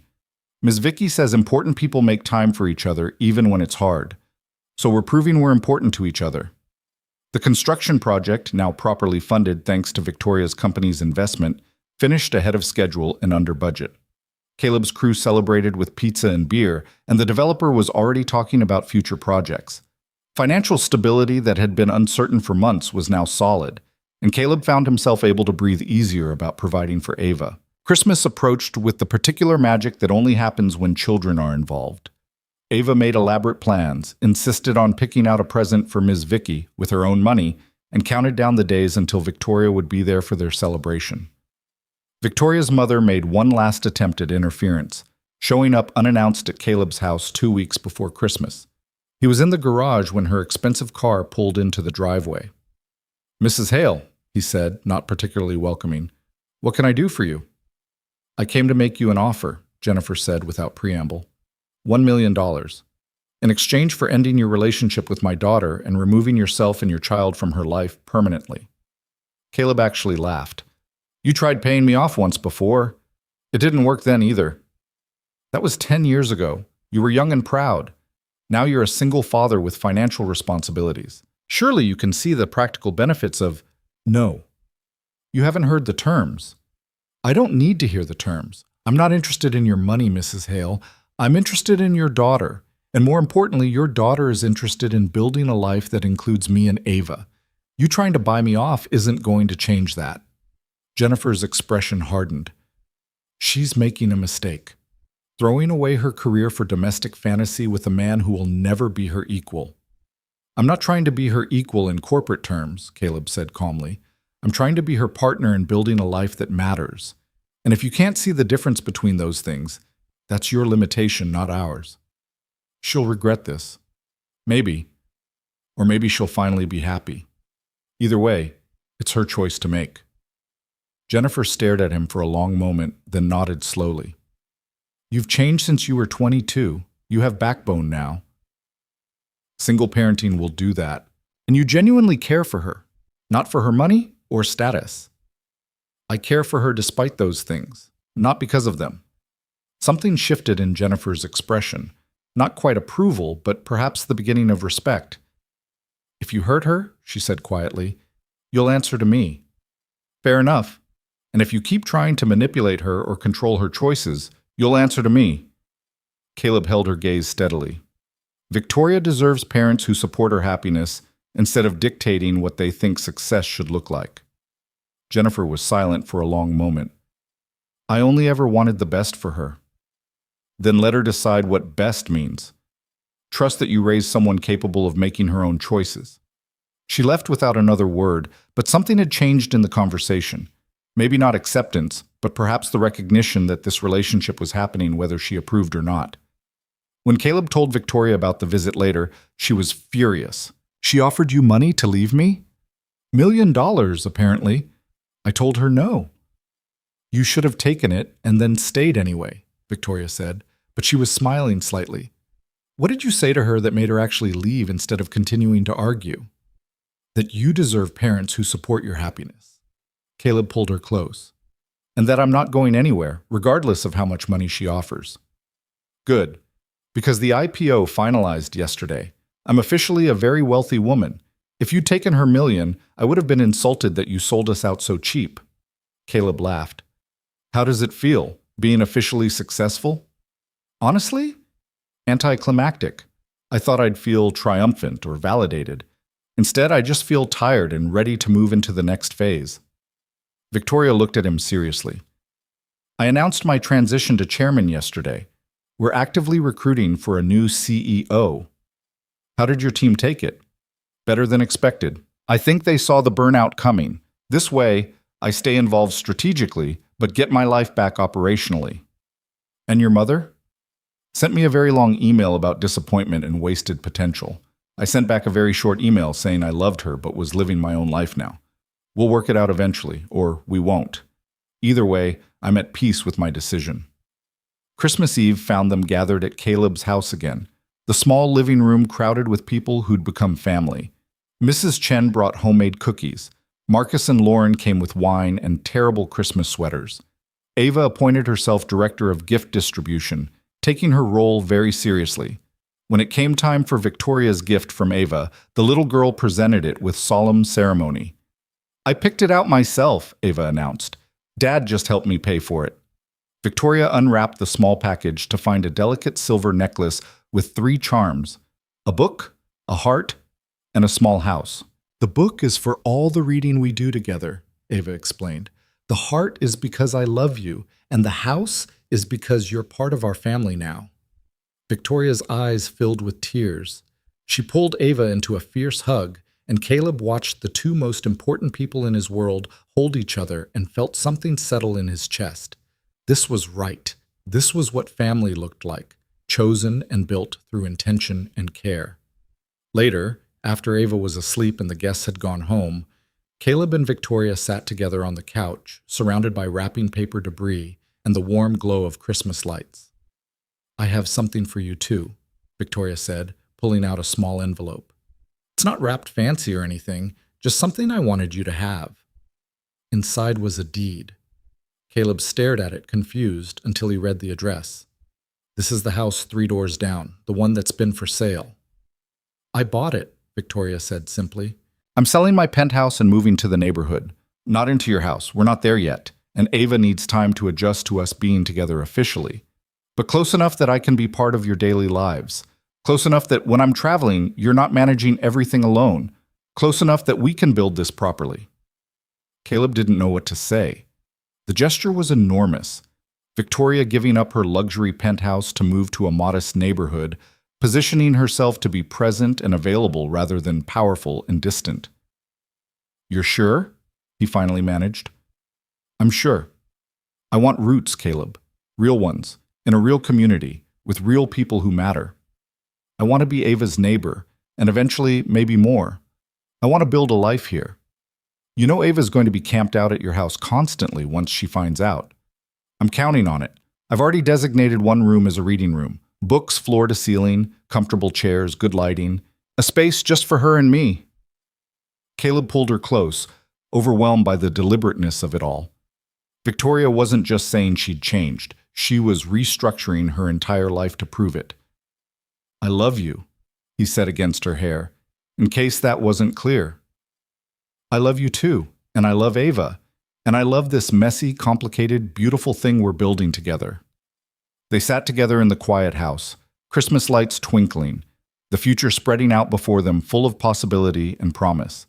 It wouldn't be perfect. No relationship was. There would be challenges and conflicts and moments of doubt.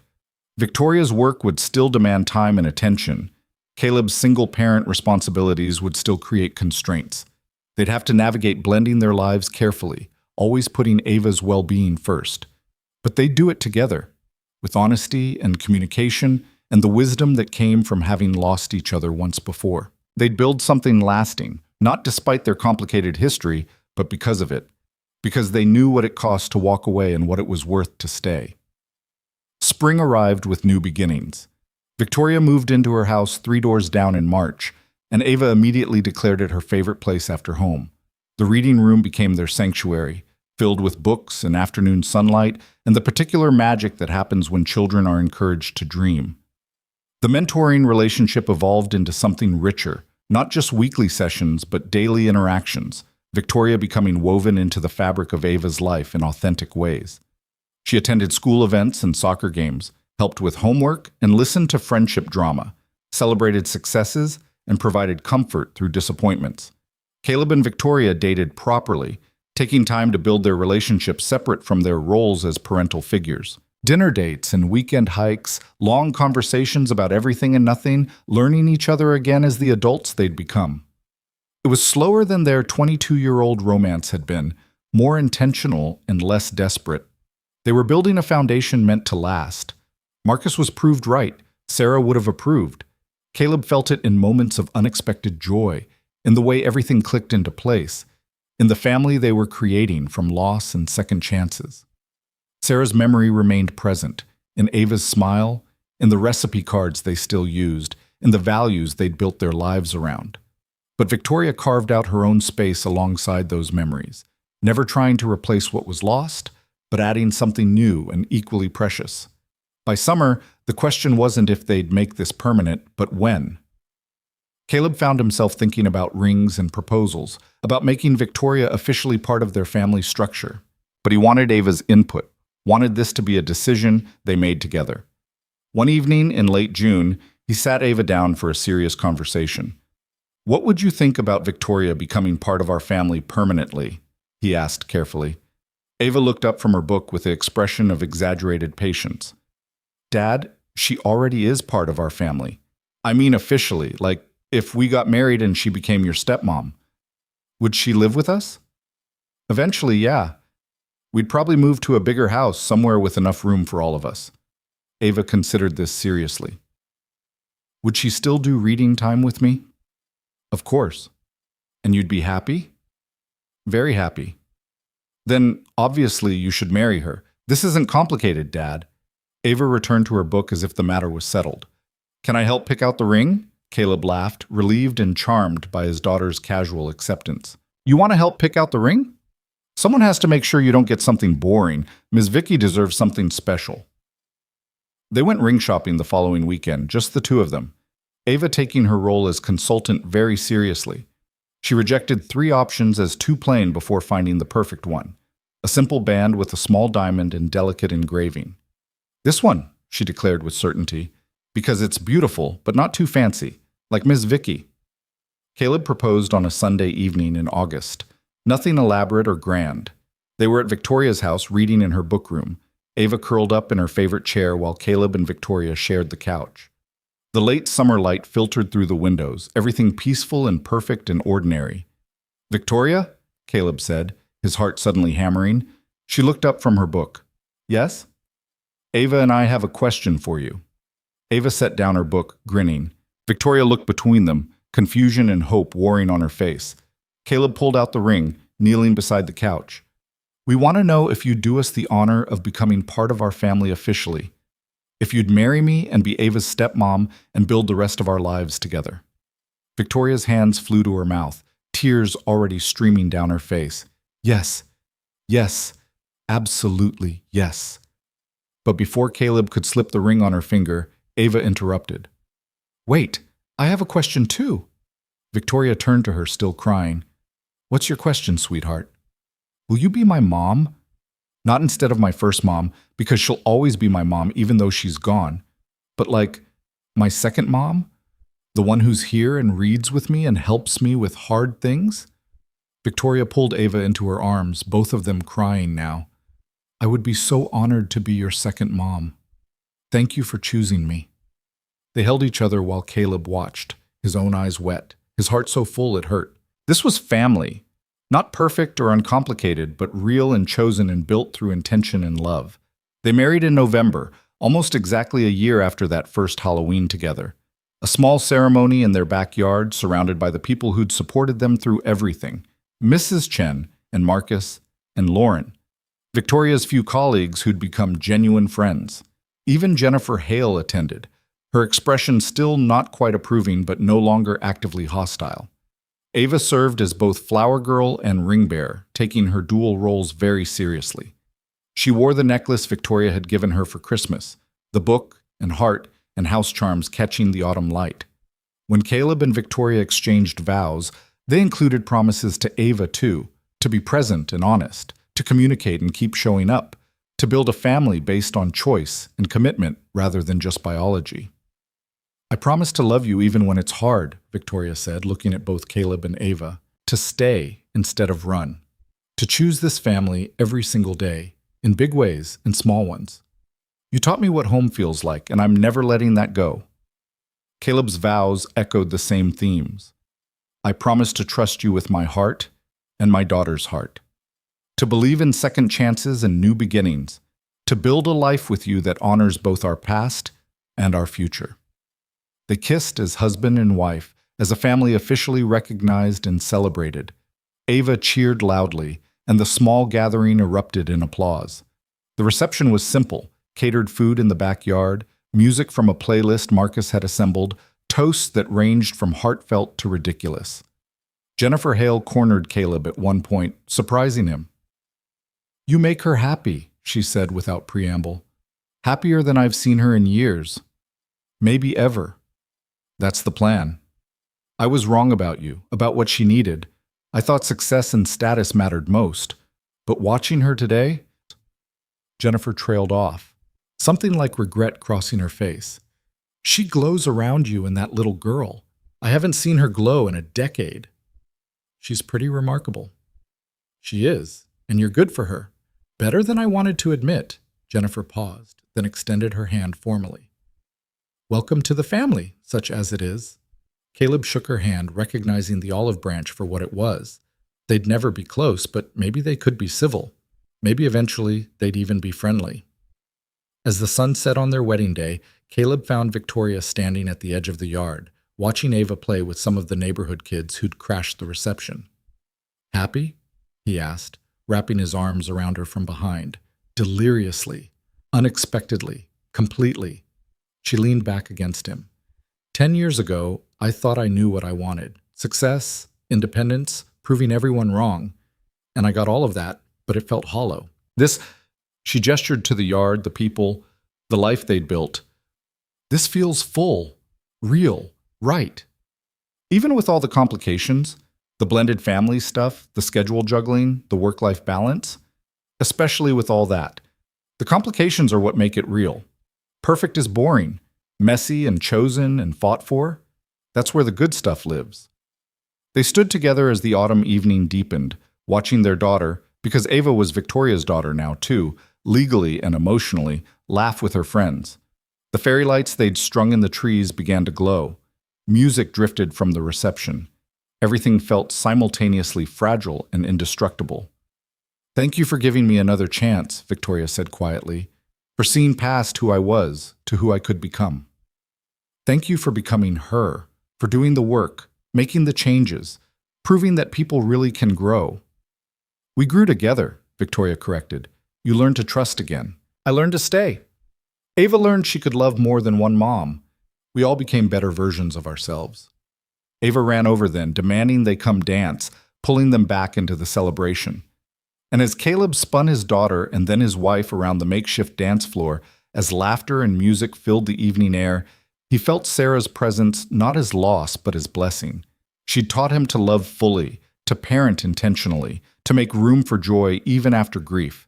And that foundation had allowed him to build this new love, this new family, this second chance at happiness. The night ended with Ava asleep in Victoria's arms, exhausted from celebration. They carried her inside together, tucked her into bed in the house that was now officially theirs, all three of them. The house they'd bought together, bigger than Caleb's old place, with room for a reading nook and a workshop and all the life they were building. "This is home," Victoria whispered, looking around at the boxes they hadn't finished unpacking, at the evidence of lives being merged and blended. "This is home," Caleb agreed, "messy and imperfect and absolutely perfect." They stood in the doorway of their daughter's room, watching her sleep, and knew without saying it that this was just the beginning. There would be challenges ahead, teenage years and career complications and all the ordinary struggles of family life. But they'd face them together, with honesty and communication and the hard-won knowledge that choosing each other every day was what made love last. Victoria had stopped running. Caleb had learned to trust again. Ava had gained a second mother who chose her deliberately and loved her fiercely. And together, they'd built something that transcended their complicated history. A family forged not by accident or biology alone, but by intention and commitment and the revolutionary act of staying. This time, no one was leaving. This time, they were home.